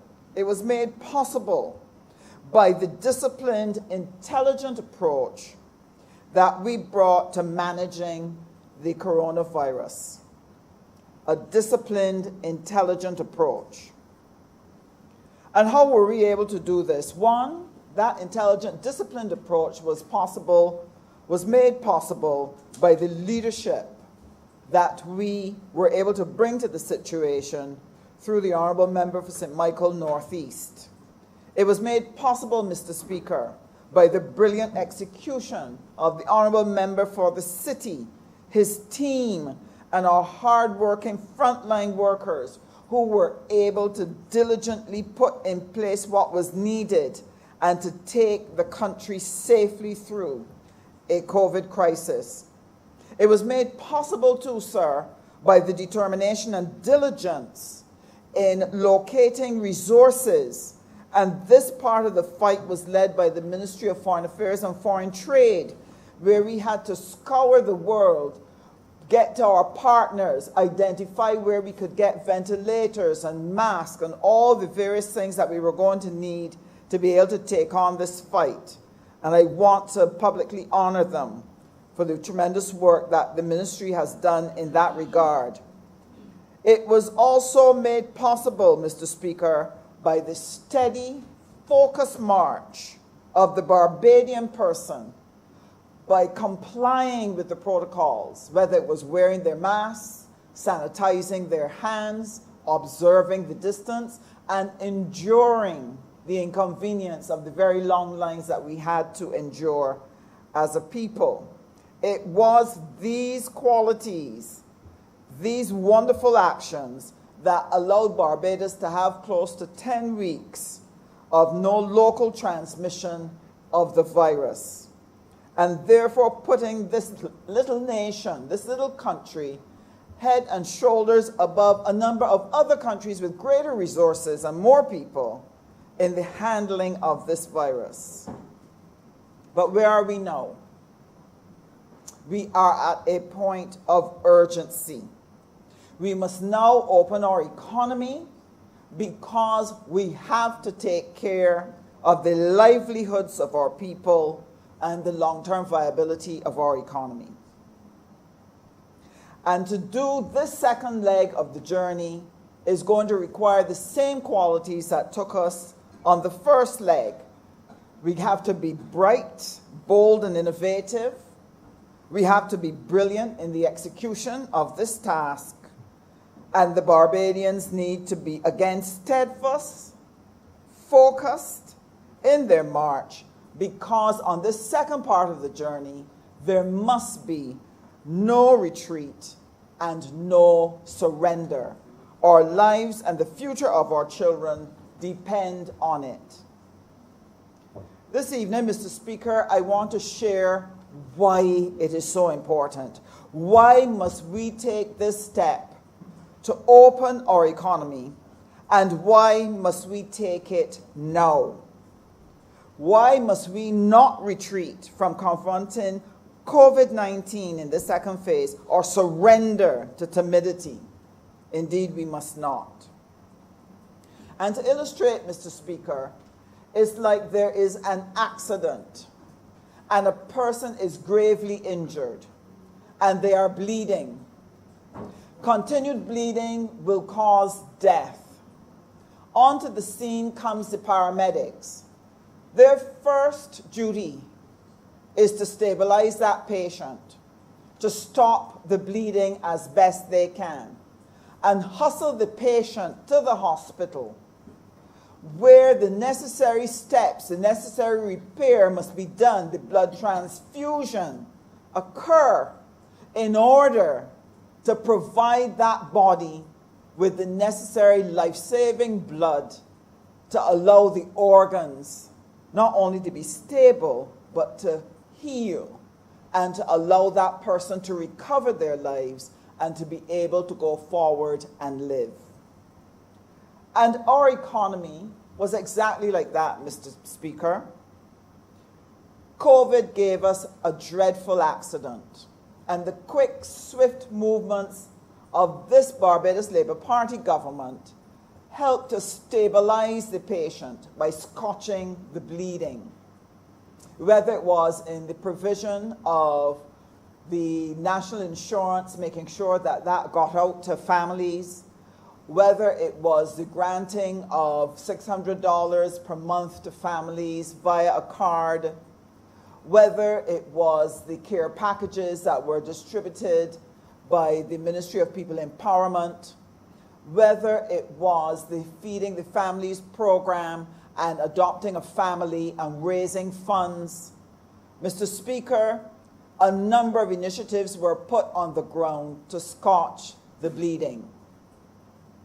But any medical person will tell you that the patient cannot live unless the next stage occurs. Death could still occur.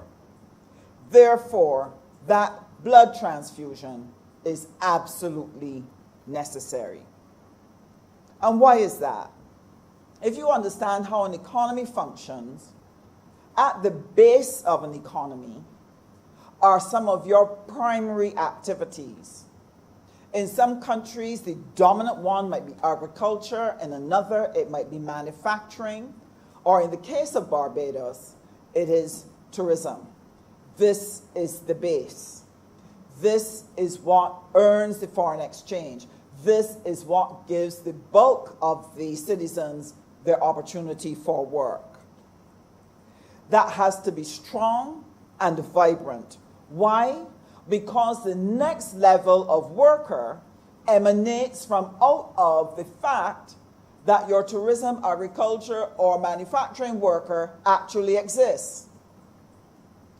That means that your shops cannot exist unless you have a cadre of people who are working.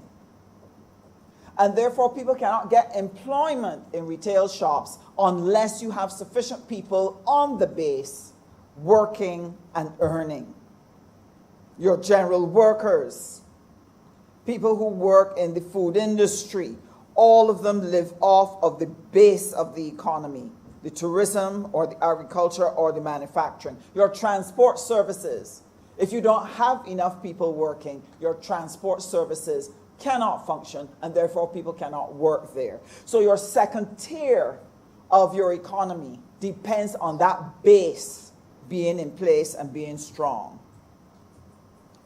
When that base is strong and your second tier now is making a living, you now have a sufficient critical mass of people to buy another set of services, not necessarily essential, Mr. Speaker.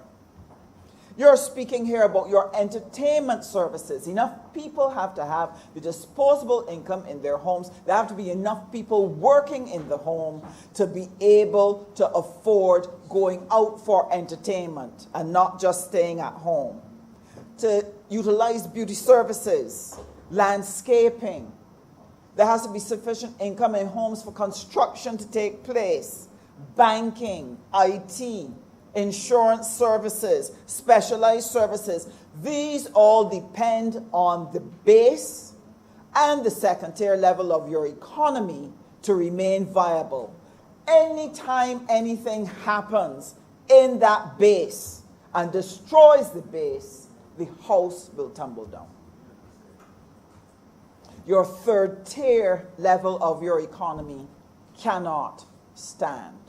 And this is what is happening across the economy. This is what was shared by the Honourable Member for St. James North and for St. James Central.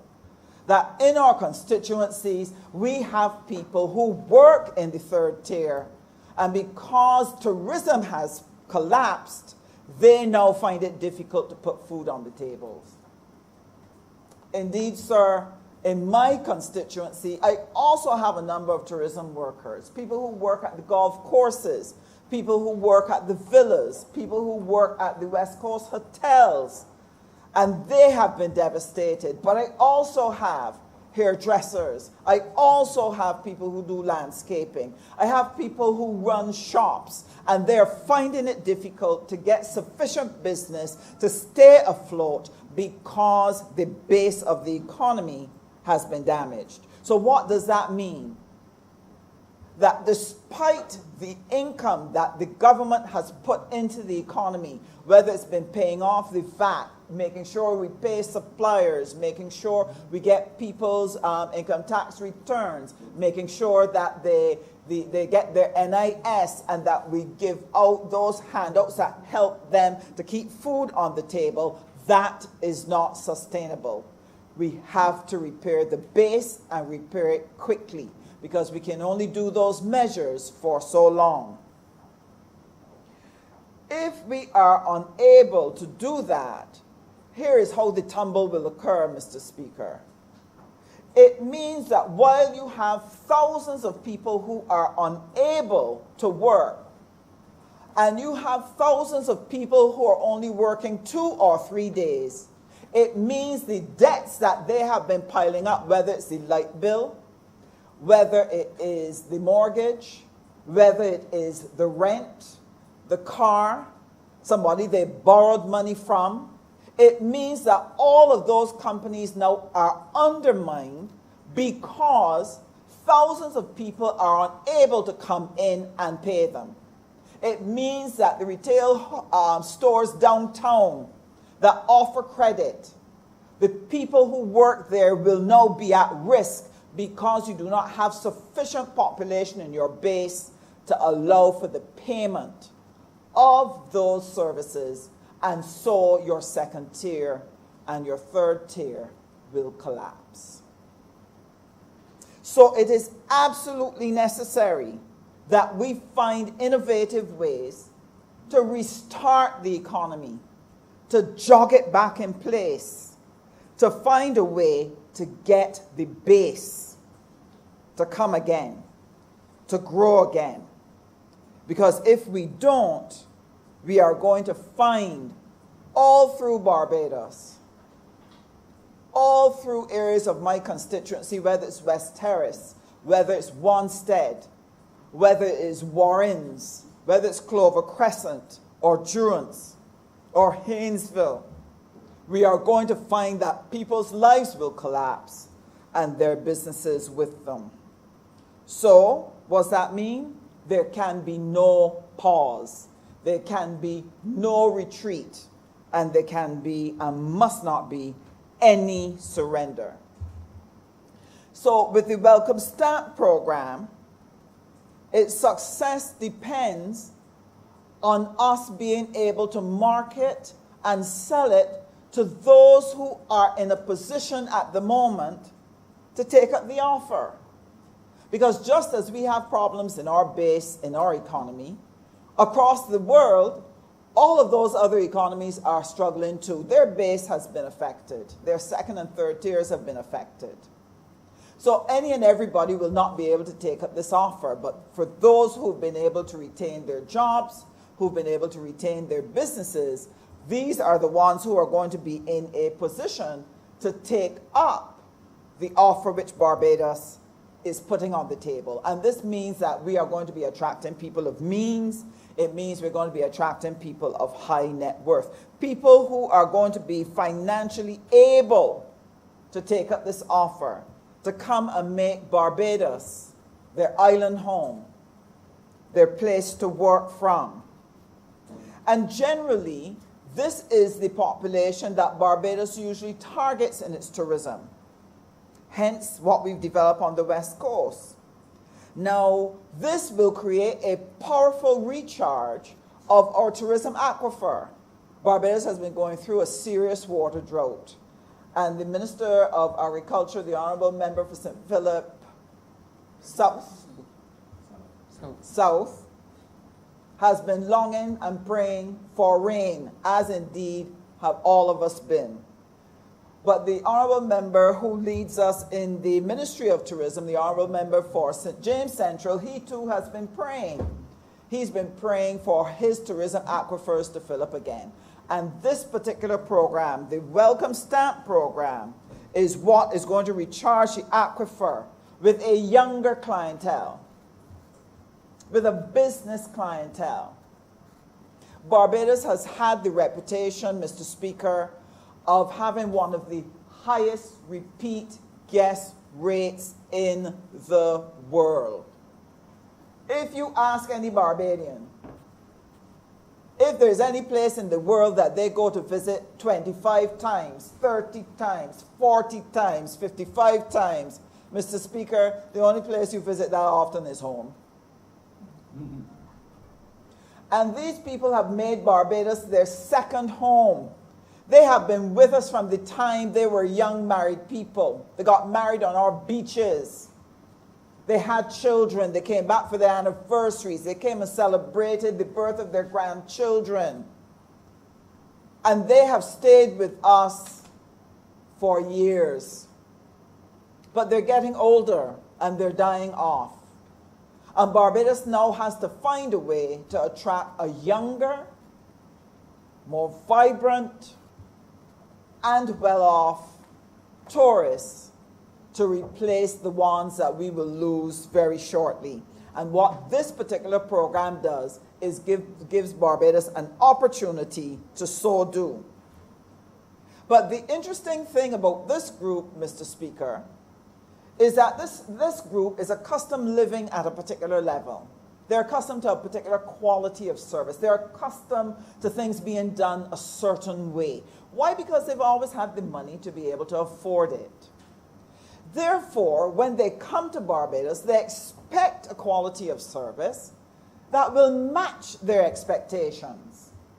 And if we do this right, Mr. Speaker, if we do this well, we will hold the heart and hold and capture the minds and imaginations of another generation of tourists that will stay with Barbados for a long time. And we have one shot to do this with. That is why, to be able to deliver the high quality service that is necessary to make this program work, we must have high quality workers. We have to have workers who understand that we are in a battle for our livelihoods. We need to have workers who understand that when they go to work in the tourism industry, They must not only make a way for themselves, they have to make a way for the second tier and third tier workers, and that they are depending on them to do this so well that our economy will bounce back. They will carry the country on their shoulders. And we have a responsibility to prepare them, Mr. Speaker. We have a responsibility to train them to world-class standards of excellence. And I want you to understand, and through you, Mr. Speaker, the country, this government is not negligent. It is not willy-nilly and flighty. It is not all over the place like Punka and doesn't know what it is doing. We understand exactly what is needed. And if you look through our plans, you will see provision has been made to make sure the things that are necessary for our success are there. For this program, the Welcome Stamp program, it is absolutely necessary that we had put together the National Transformation Initiative, which is to provide the necessary training to allow our people to shine, so that every person in this country, from the top to the bottom, regardless of what work you do, that you can bring exceptional brilliance to the performance of your task. This is absolutely necessary. So what must happen now? I remember when I was a child, Mr. Speaker, in our culture, going out to visit was important.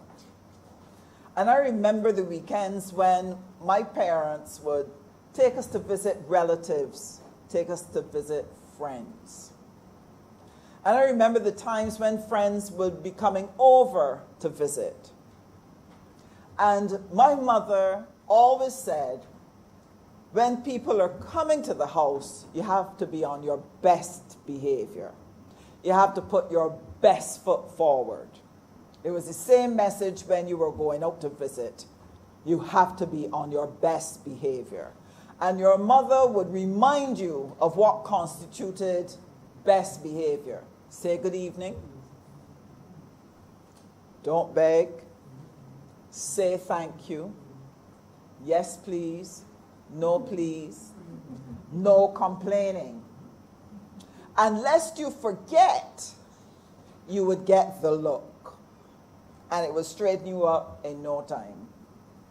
Well, I want to say to Barbadians, with this Welcome Stamp program, we also have to be on our best behavior. We have to bring the best of Barbados to the fore, to showcase to the world, because people are going to talk about this program if it is brilliant. They will speak about it if it's average, and they will definitely speak about it if it's mediocre. And what we want to do is to showcase that Barbados is a place of quality, that Barbados is a place where people can deliver, that Barbados is a place that you want to live and work. A place of safety, Mr. Speaker. A place that can manage its business. Now, what is even more potent about this moment is the Black Lives Matter movement. Don't forget that the Black Lives Matter comes from out of a mindset where people believe black people can't do anything, that we're stupid, that we're second class, that we're idiots. And the battle that others have to persuade others of the quality and the equality of the black person, we have an opportunity as a nation to demonstrate that here is a little country capable of governing itself, can provide its people with education, health care, that we can provide social services that are necessary for the well-being of its families, and that we can manage our business and produce world-class service. This is the moment that we are producing, Mr. Speaker. And therefore, it is important that a number of things happen. On our best behavior, it means the country must be clean. And Mr. Speaker, This is the work assigned to the Honourable Member for St. Michael East. This is the work for the Honourable Member for Christchurch West. Make the country clean. Get teams to go out. And I want to thank my team for the work that is being done in the area of St. James South. I want to thank the Honourable Member for St. Michael East for the teams he's been sending out helping to make St. James South clean. Roads have to be built. People must have smooth roads to drive on. We want them to have an experience to remember, not one that we wish they would forget. And therefore, we want to thank the Honourable Member for Christchurch West, who has a wonderful, wonderful list of roads that he is going to be doing in short order. And I'm very happy to know that there's a road or two for St. James South on his list, and long may it be there until it is done. The country must be impeccable and efficient. That's right. Must be efficient and impeccable. And that means that Barbadians must not litter. This means we must clean up behind ourselves. This means we must treat the entire country as though it is our home so that we can welcome our visitors into a clean, hygienic environment, that they feel comfortable, and that within a week or 2 weeks or 1 month, they are busy WhatsApping and Twittering and Instagramming every part of the world saying, come to Barbados. It is well worth it. This is how we're going to restore our first tier, our base, our second tier, and third tier workers. I want to take the opportunity to pause and do a commendation, Mr. Speaker. I believe that when people do well, you have to say so. We have applauded our frontline workers for the tremendous work, the tremendous challenge and sacrifice that they have made to walk us through COVID. But I want to congratulate the workers from the Ministry of Health and the workers from the airport who are now manning the airport and welcoming the visitors who are coming now that we have opened to commercial flights. I have had the pleasure of listening to a couple who came in a few days ago, Mr. Speaker. They said the service at the airport was absolutely wonderful. And even though they had to wait to get their tests done and to receive their test results, as tedious as it was, that entire wait was overwhelmed by the courtesy, the professionalism, the care. And these are people who know Barbados well. They're not new to it. This is not a first-time visit. They know. And they were so deeply impressed. And I want to offer publicly my commendation to them for representing the country so well and managing a process that could be filled with frustration and turn people off. One of the things I would want to commend to us to look at, if we are going to have people living with us for a year, it will be necessary to do some cultural diversity training. You see, come see me and come live with me is two different things. If you come for a short visit, you can stay in love with the rosy glow of the rosy-colored spectacles on your face for the entire week or 2 weeks. But when you come to live for 6 months and you come to live for a year, you get to know the belly of the country. You get to know the heart. Now, one of the things that our visitors will find is that Barbadians are warm-hearted, that Barbadians are emotionally connected. They will find that Barbadians like sharing, and I want to commend the number of people, not just the formally organized institutions that do charity work, and that's part of what they do. I'm talking about there are ordinary Barbadians who actually got up and decided, I'm going to mobilize some resources and help feed other Barbadians. They don't have any big organization behind them registered anywhere. They just had that heart and they got up and they did it. They're going to find those people. Our people are going to enthrall them. Our people are going to capture their minds and capture their hearts. But I want our people to understand where they come from too, and what is important to them, how important time is, how important efficiency is, and what are some of the do's and the don'ts that they need to consider when engaging people, especially if they're going to be living with you for a little while. That will make it easier for them to integrate and become part of the Barbadian society, because what I want them to do is to go away and feel that Barbados is family. That's what I want. I want to hear the stories of connecting to ordinary Barbadians, people in the bank, people that buy vegetables from, the person who comes to help clean the place, the guy who offers the jet ski services. I want them to connect emotionally to them so that they become an extension of Barbados.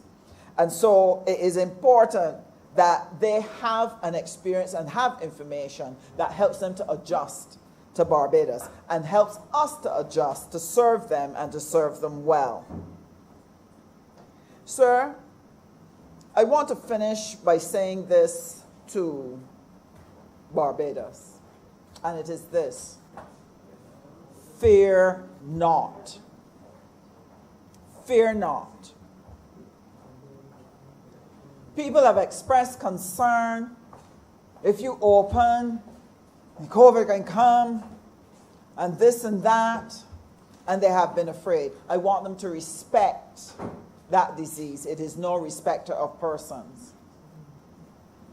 The thing that will keep us safe and keep every Barbadian safe is obeying the protocols. That's what did it before. That's what will do it now. Sanitizing, putting on your mask, maintaining social distance. And I want to especially appeal to those who will be working in the tourism industry, who will be engaging the people who will come in from overseas, to especially take that care. Why? Because two things they're going to be doing. That while they'll be providing for their families and making sure food is on the table, while they'll be providing the economic growth that will help our second and third tier workers to get work, they will also be protecting the people who are vulnerable in the society, or elderly, or children, the persons with comorbidity factors. And they have to be very, very disciplined in wearing their protective gear where assigned, and being careful in taking it off, and being careful to observe every protocol, including when they're traveling on the buses. Sir, there is risk, but all risk can be managed if we are brilliant in our execution, and if we are steadfast in how we do what we have to do every single day. And if we do that, if we take this second phase and use those qualities that helped us through the first phase, we will be able to guarantee ourselves that there will be no retreat, there will be no surrender, and we will guarantee that we will be able to rebuild our economy, create the jobs, earn the foreign exchange, generate the government revenues that will help to take Barbados past COVID into an extremely bright future. I'm obliged to you, Mr. Speaker.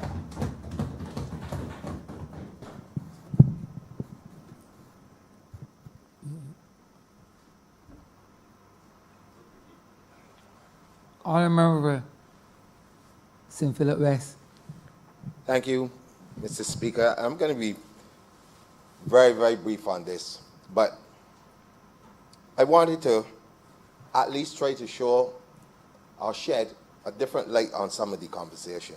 There's nothing more that I can add in terms of why we are doing this, but I do want to make the point that it is important also that as we go through this particular exercise, that you understand why people say the things they say and what's the motive behind it. Now, let everybody in here pause for a minute. Just think about it. We inherited a destroyed economy in 2018. We were on the verge of setting it back on a path for growth. In comes COVID-19, unexpected. No one has ever dealt with it before in the history of man, which means it has created an environment that is untested, that is unknown, so to speak.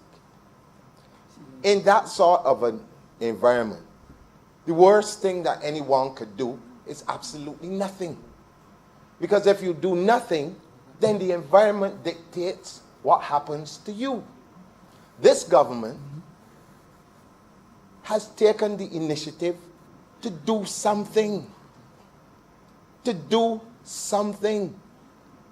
The people of Barbados went to the polls and voted for this government because they felt at that particular point in time that this government could do something to get them out of a bad situation. What would make anyone think that because of the noise of a few naysayers, that the general public has automatically decided in one fell swoop that all of the honorable people sitting inside here representing them all of a sudden cannot make sensible decisions anymore? We've got to get serious about what we're doing and what we're saying. I listened very carefully to the honorable leader of the opposition, and I understand what the word oppose means. I understand what an opposition leader must do. But one of the things that you must not do is to seek to oppose for opposing's sake, or try to create fear within a society that will cause not only hysteria, but cause people to make bad decisions. To get people to go in the newspapers or on the calling programs and speak things that are not rooted in facts. That is undermining the very country within which you live. And it is undermining the very system that has given you the opportunity to be where you are. Now, in another place, you would probably call that suicide. Some places, you would call it sabotage. These things have no place in a society that prides itself on having a good educational system where people can think and make decisions that are in the best interest of everyone, regardless of political persuasion. And so, Mr. Speaker, this initiative, bold, this initiative, exciting. And it's not just exciting because I say so, but look at what was happening all around the world when it was announced. People were excited.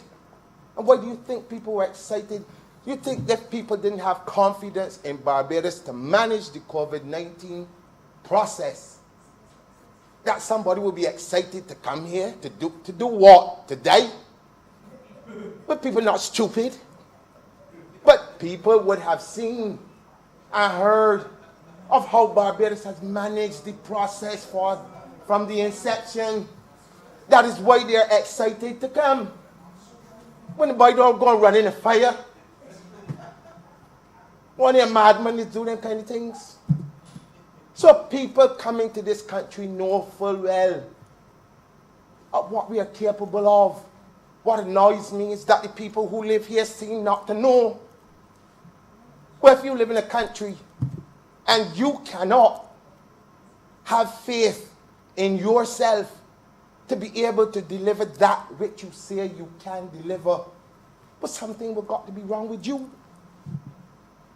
Because at the end of the day, tell me, what is it that you're going to get out of it by trying to create hysteria? Well, nothing good can come out of that. And the same situation that you want to get out of, you're making it even worse for yourselves, who are the persons that are going to be suffering the pain from people not coming here at all, or you sitting down and praying for it to fail. This is one time when I have to disagree with the Prime Minister. The Prime Minister said in her speech that she can't say if it is going to be successful. I want to say that I know it can be successful. I know it can be successful because I know what this country is capable of. And I always tell people, through no decision of my own, my parents take me out of England and bring me here. Have I left yet? No. And I'm not the only one. Take a trip down on the West Coast and see who's living down there. And they haven't left. And why haven't they left?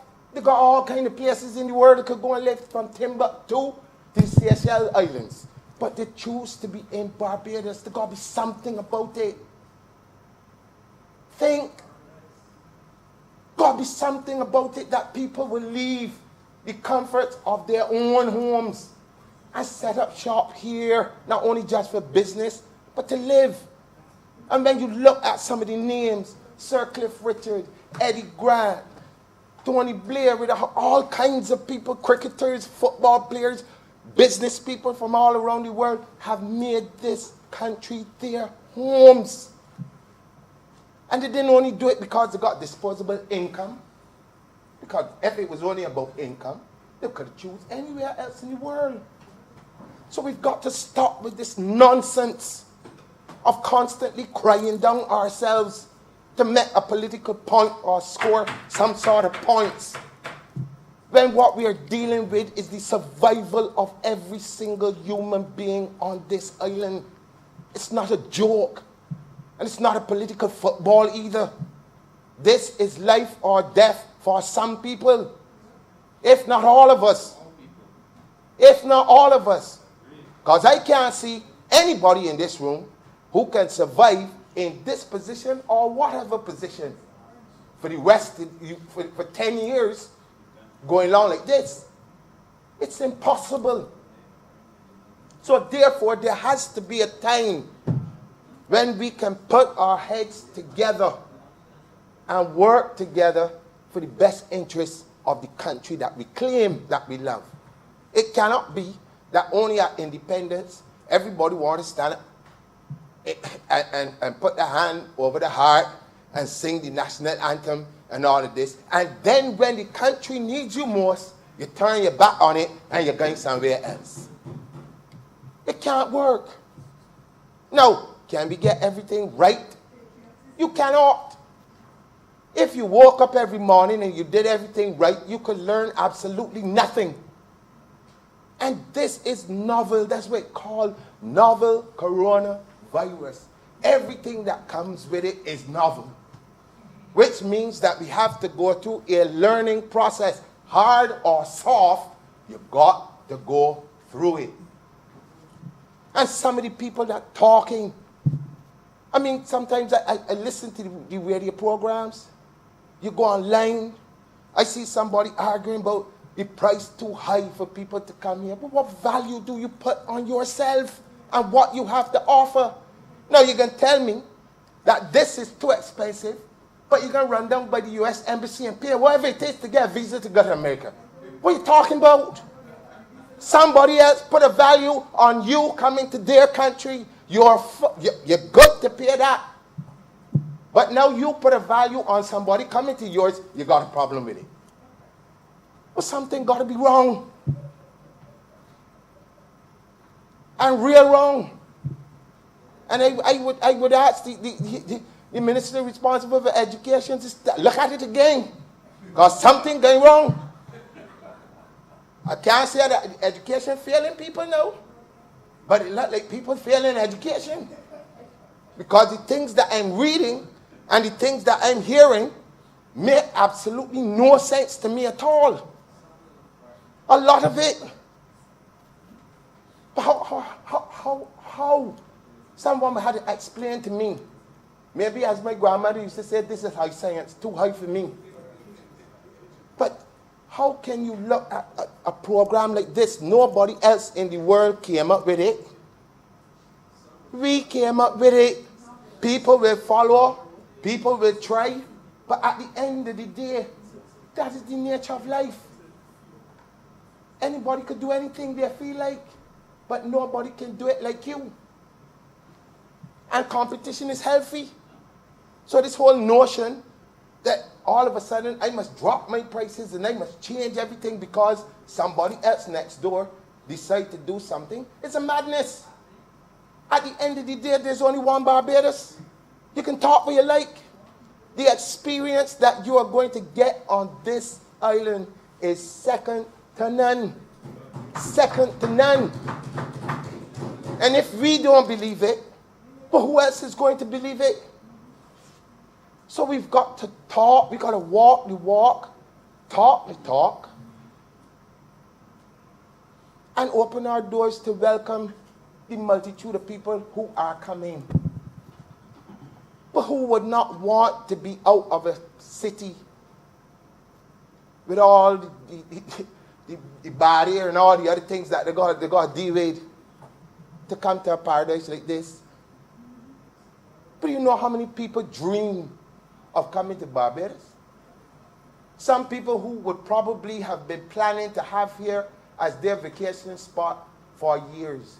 But now in this particular dispensation, they got a chance to come and work and still enjoy it. But what better place can you think of?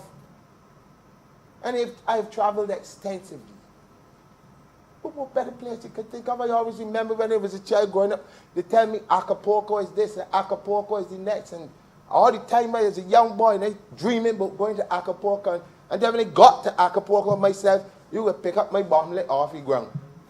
Because I couldn't believe that this is what people were talking about.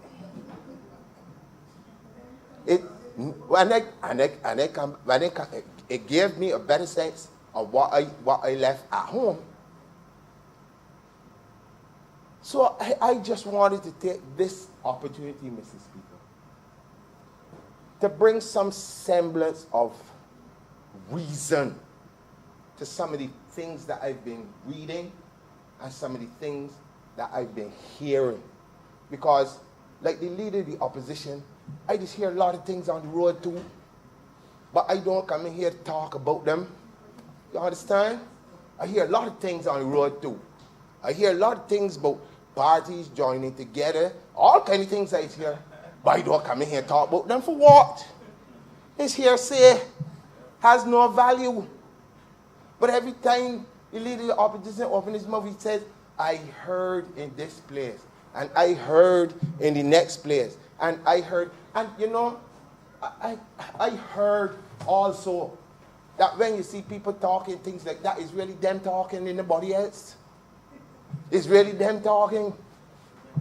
And that sometimes if you got people who continue to talk about things that they heard and there's nobody else there talking with them, but I will say no more.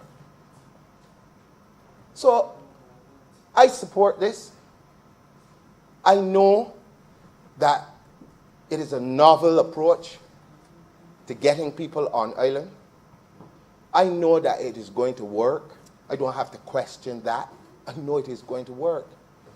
And I can also see it as a precursor for the winter season. Because when people come on this island, and you have to deal with them in what would be traditionally a low period, imagine when things start to pick back up.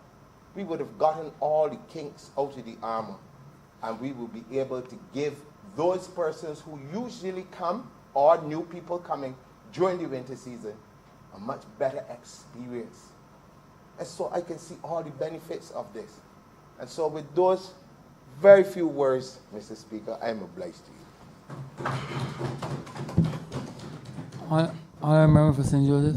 Mr. Speaker, I have the honor to wrap up this debate. I am pleased that it has attracted so much attention. It shouldn't surprise any of us because within 2 weeks of us making our preliminary announcement, Antigua and Barbuda made their own announcement for an identical visa arrangement, but theirs for 2 years. And only in the last week or so, Bermuda has also made a similar announcement. In substance, the same thing. And it will not surprise me, sir, at all to see that many other jurisdictions that have been able to combat the virulent spread of COVID and that also have other attributes making them attractive. It wouldn't surprise me, sir, to see more and more domiciles following suit. Now, of course, it has always been said that follow pattern kill Cadogan. But the reality is that when in the international arena, it appears to a competing country that another country has hit on a solution or a novel idea, an approach or a mechanism that might be employed, those foreign states have never failed to follow the leader. I am pleased, Mr. Speaker, that in this regard, Barbados has well and truly led the world. Mr. Speaker,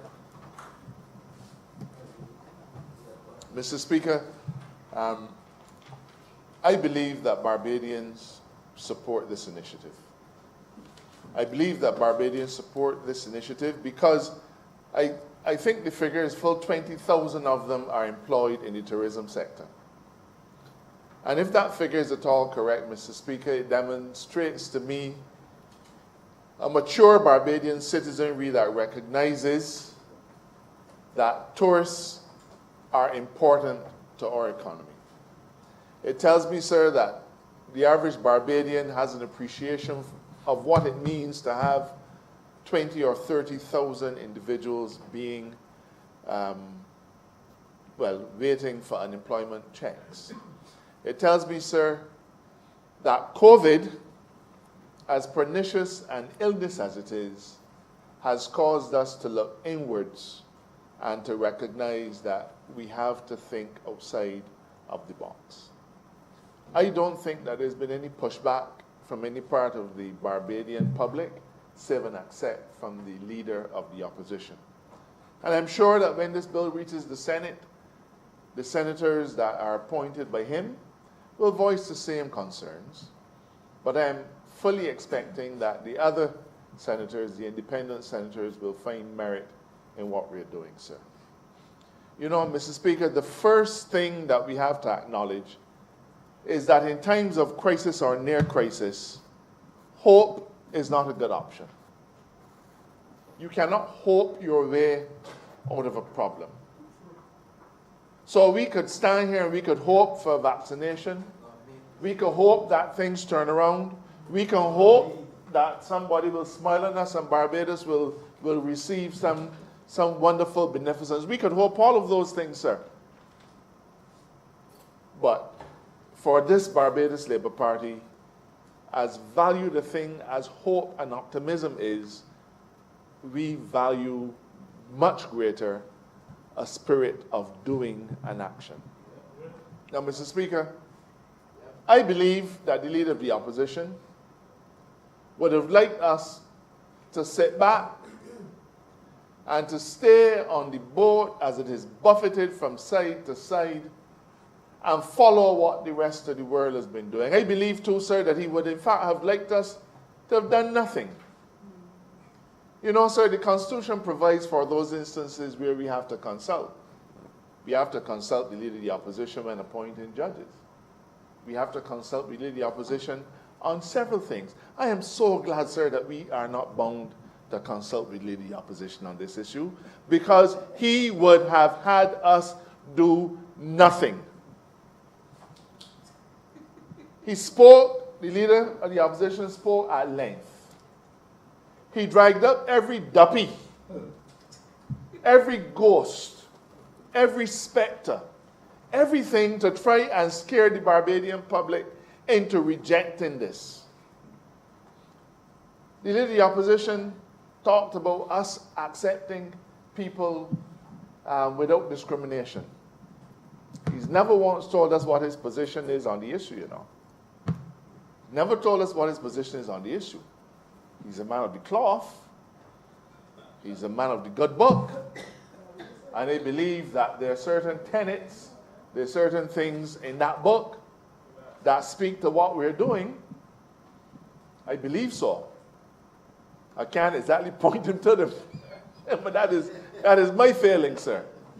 But having been immersed in it long enough, I believe, sir, that the good book would be the first place that a man of the cloth would look when trying to find a compass in this issue. But instead, the Leader of the Opposition chooses to carry on and on about no discrimination, almost as if to suggest, sir, that a modern Barbados should operate on that basis, that we should discriminate against individuals. Now, I don't know what he thinks we have up our sleeves. I don't know what the Leader of the Opposition has up his sleeves. But I can tell you that I know that the Leader of the Opposition was responsible for the Immigration Department when he used to be on this side and when he was Parliamentary Secretary or Minister of State? Parliamentary Secretary. The immigration files pass his desk. And I defy him to stand up in here and defend his stewardship at that time and tell us whether he discriminated against anybody because of who he felt they were married to or not married to, or whether he felt they should have been married or should have called it a marriage or anything of the sort. And you know, he had the opposition. He had the opportunity because he could have said, and I stand on a matter of principle, having exercised the powers of this office. Not a word, sir. But all kinds of veiled references, all kinds of things said but not said. Things that he would like to say but perhaps doesn't have the courage to say. We have the courage, though. And we have the courage to do. And Mr. Speaker, if there's one thing that the people of Barbados can be sure of, is that in every exercise by us of the awesome power that we have been given, we have always tried to do our best for the people of this country. Mr. Speaker, remember, he didn't mention the mafia, but he talked about money laundering. The Honorable Leader of the Opposition said, we don't ask for a source of funds. I remind you, sir, that that gentleman was in charge of immigration. And he probably won't have an opportunity to speak in this debate again. But on the basis that he was in charge of the Immigration Department for many a year, one would assume that he was familiar in some slight way with the practices of the Immigration Department. I think that's a fair assumption. And that he would have been familiar with the Immigration Act. And the forms which are part of our law and which are used by the Immigration Department. So I wonder if the member would cast his mind back and consider whether, with our citizenship applications, anybody has to declare a source of funds. The answer is no, sir. I wonder if the honourable member would cast his mind back and inquire, does anybody have to demonstrate a source of funds when applying for residency? I'll save him the trouble, sir. The answer to that is no as well. Sir, in all of the various categories that Barbadians have determined we would welcome people under from the time of independence, sir, not in a single one, and those are permanent arrangements, would you see any reference to source of funds? They ask that you say whether you can support yourself. But nowhere do they ask for source of funds. So perhaps the leader of the opposition can ask his senators when this bill gets there tomorrow, if they could tell us on what basis you want to ask for a source of funds when somebody is coming here on a one-year visa, but that it will be quite all right not to ask for source of funds when they're coming for 3 months, or 6 months, or 8 months, or when they're coming for 2 years on a work permit, or 3 years on a work permit, or on any other category. One wonders, sir, what is it about this one-year visa that so frightens the leader of the opposition? What is it? I can't imagine. It represents an earnest commitment on the part of an administration to turn around this economy in a way that is viable. If the member has a problem with tourism, he should say so. But I don't imagine that could be it. This is an opportunity for us to have individuals coming to Barbados and experiencing for a period of a year that which the tourism ministry generally gets them to come to Barbados and do for 2 or 3 weeks. They're coming to Barbados to enjoy for a year that which the Ministry of Industry and International Business tries to get them to come here and do on a long-term basis. We have asked that they prove to us that they earn $100,000 a year. I suspect, as the member for St. James North said, that the leader of the opposition honestly didn't read the bill. Because it is clear to me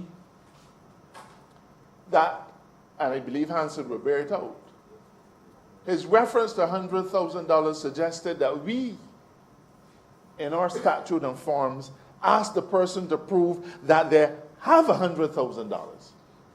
In fact, I think those were his words.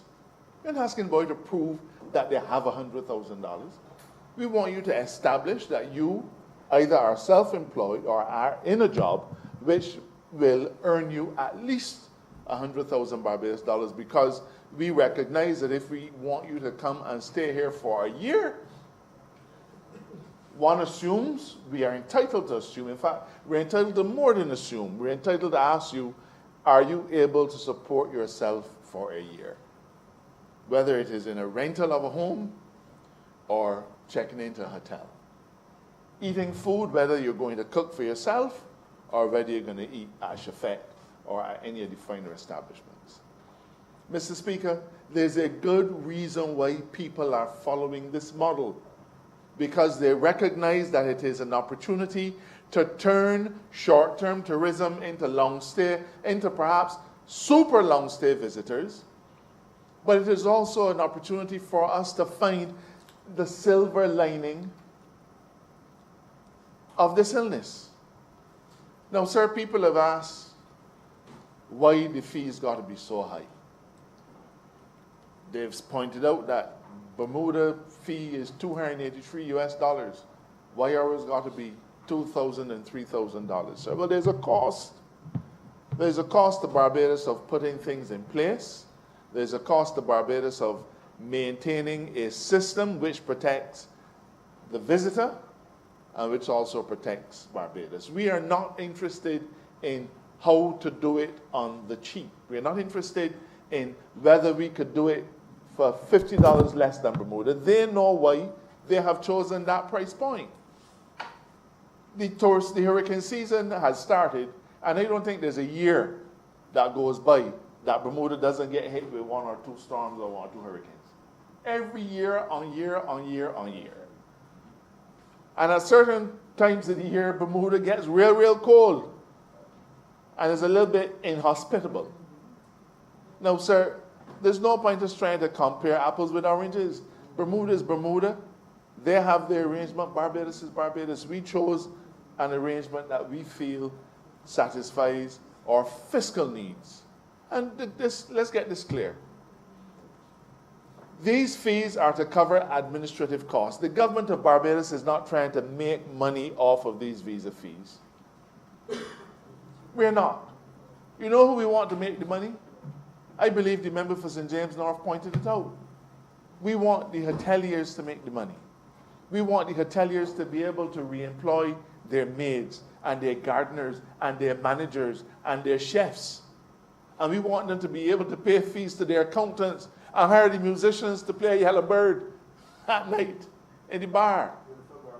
We want to be able to buy chicken from the chicken producers and potatoes from the potato farmers and cucumbers and limes. That's who we want to get the opportunities here. Not $2,000 to come into government coffers. That is what is required by us to be able to handle the process. But we want to provide a sustainable opportunity for Barbadians to get put back to work. I wonder why that would scare the leader of the opposition so much. Why? I frankly had thought that he would have come in to this chamber, and while I don't expect him to praise anything that we do, he never does, but I would have expected him to have been able to say, you know, this bill represents a commitment that we share. And you know, sir, you know what's disappointing? Before the COVID crisis hit Barbados, we had a consultation at the Hilton. We invited the leader of the opposition, made sure he had a seat at the table, front row.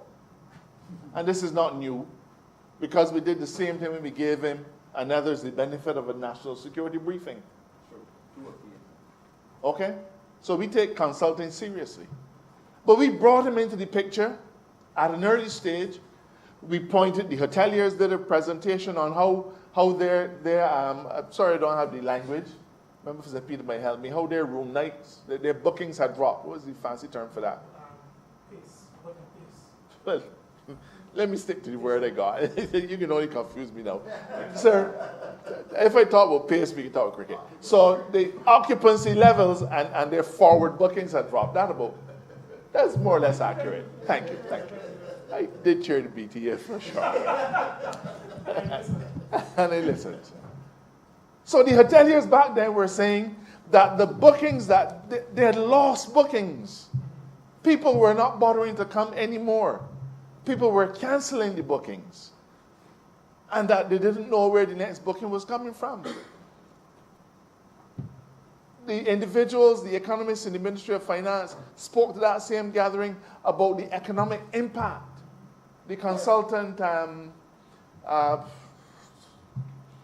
who was at the IMF? Kenneth, Dr. Greenidge, did a presentation to show what would likely be the fallout if COVID hit us, if it wasn't so bad and if it was bad. We brought the leader of the opposition in at all these stages. And I believe, if I'm not incorrect, that we had another meeting on the same issue, and I think he was invited to that one as well at the gymnasium. So we've tried to share with the leader of the opposition and the members for the Democratic Labour Party all of the information that we have. Unlike the last 10 years, unlike the 10 years before we came to power, when the last administration shared nothing. Information was like gold. So they couldn't afford to share it with us because we would take it and run with it and do something wrong. We didn't have that perspective. We shared our information with the opposition so that everything he knew, we knew. Everything that we knew, he knew. And faced with all that information, sir, he could still come in here and try to scare Barbadians into rejecting this bill. Sir, I'm sure that the member believes that that is what an opposition should do.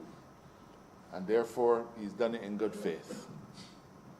I want to ask Barbadians, though, to disassociate themselves with that approach. Without solid management, this economy would have faltered in a way that would see us, sir, losing all of our hard-fought gains. We've managed to hold on, but we are now in that position where the time has come to act, and to act quickly. The member seems to have a problem with doing things quickly. You know, I wonder if he ever went to the hospital and had to sit down and wait, and wait, and wait. In those circumstances, who wouldn't want a speedy solution to their injury? Who wouldn't want a speedy solution to the agony that they were facing? Barbados needs to have a speedy solution, and if he did not hear, I will remind him, this visa is to come into force on the 1st of August. On the 1st of August, sir. So we do not and did not have the luxury of having this languish. It is not a big bill, sir. It is only, I believe it is 6 or 7 clauses. It is 9 clauses, sir. Can't take long to read. Can't take long to digest. So I don't know what about it is that he feels we should have taken an extra 10 weeks to settle. I am proud that we've been able to get this done in this quick period of time. I'm proud, sir, that we are at the front of the pack and that other people are following us, sir. I am proud that every day on BBC, on CNN, on The Voice, all over international media, I'm proud that people are saying, come to Barbados to work. Mr. Speaker, Barbadians don't have anything to fear from this bill. Barbadians don't have anything to fear from anybody who wants to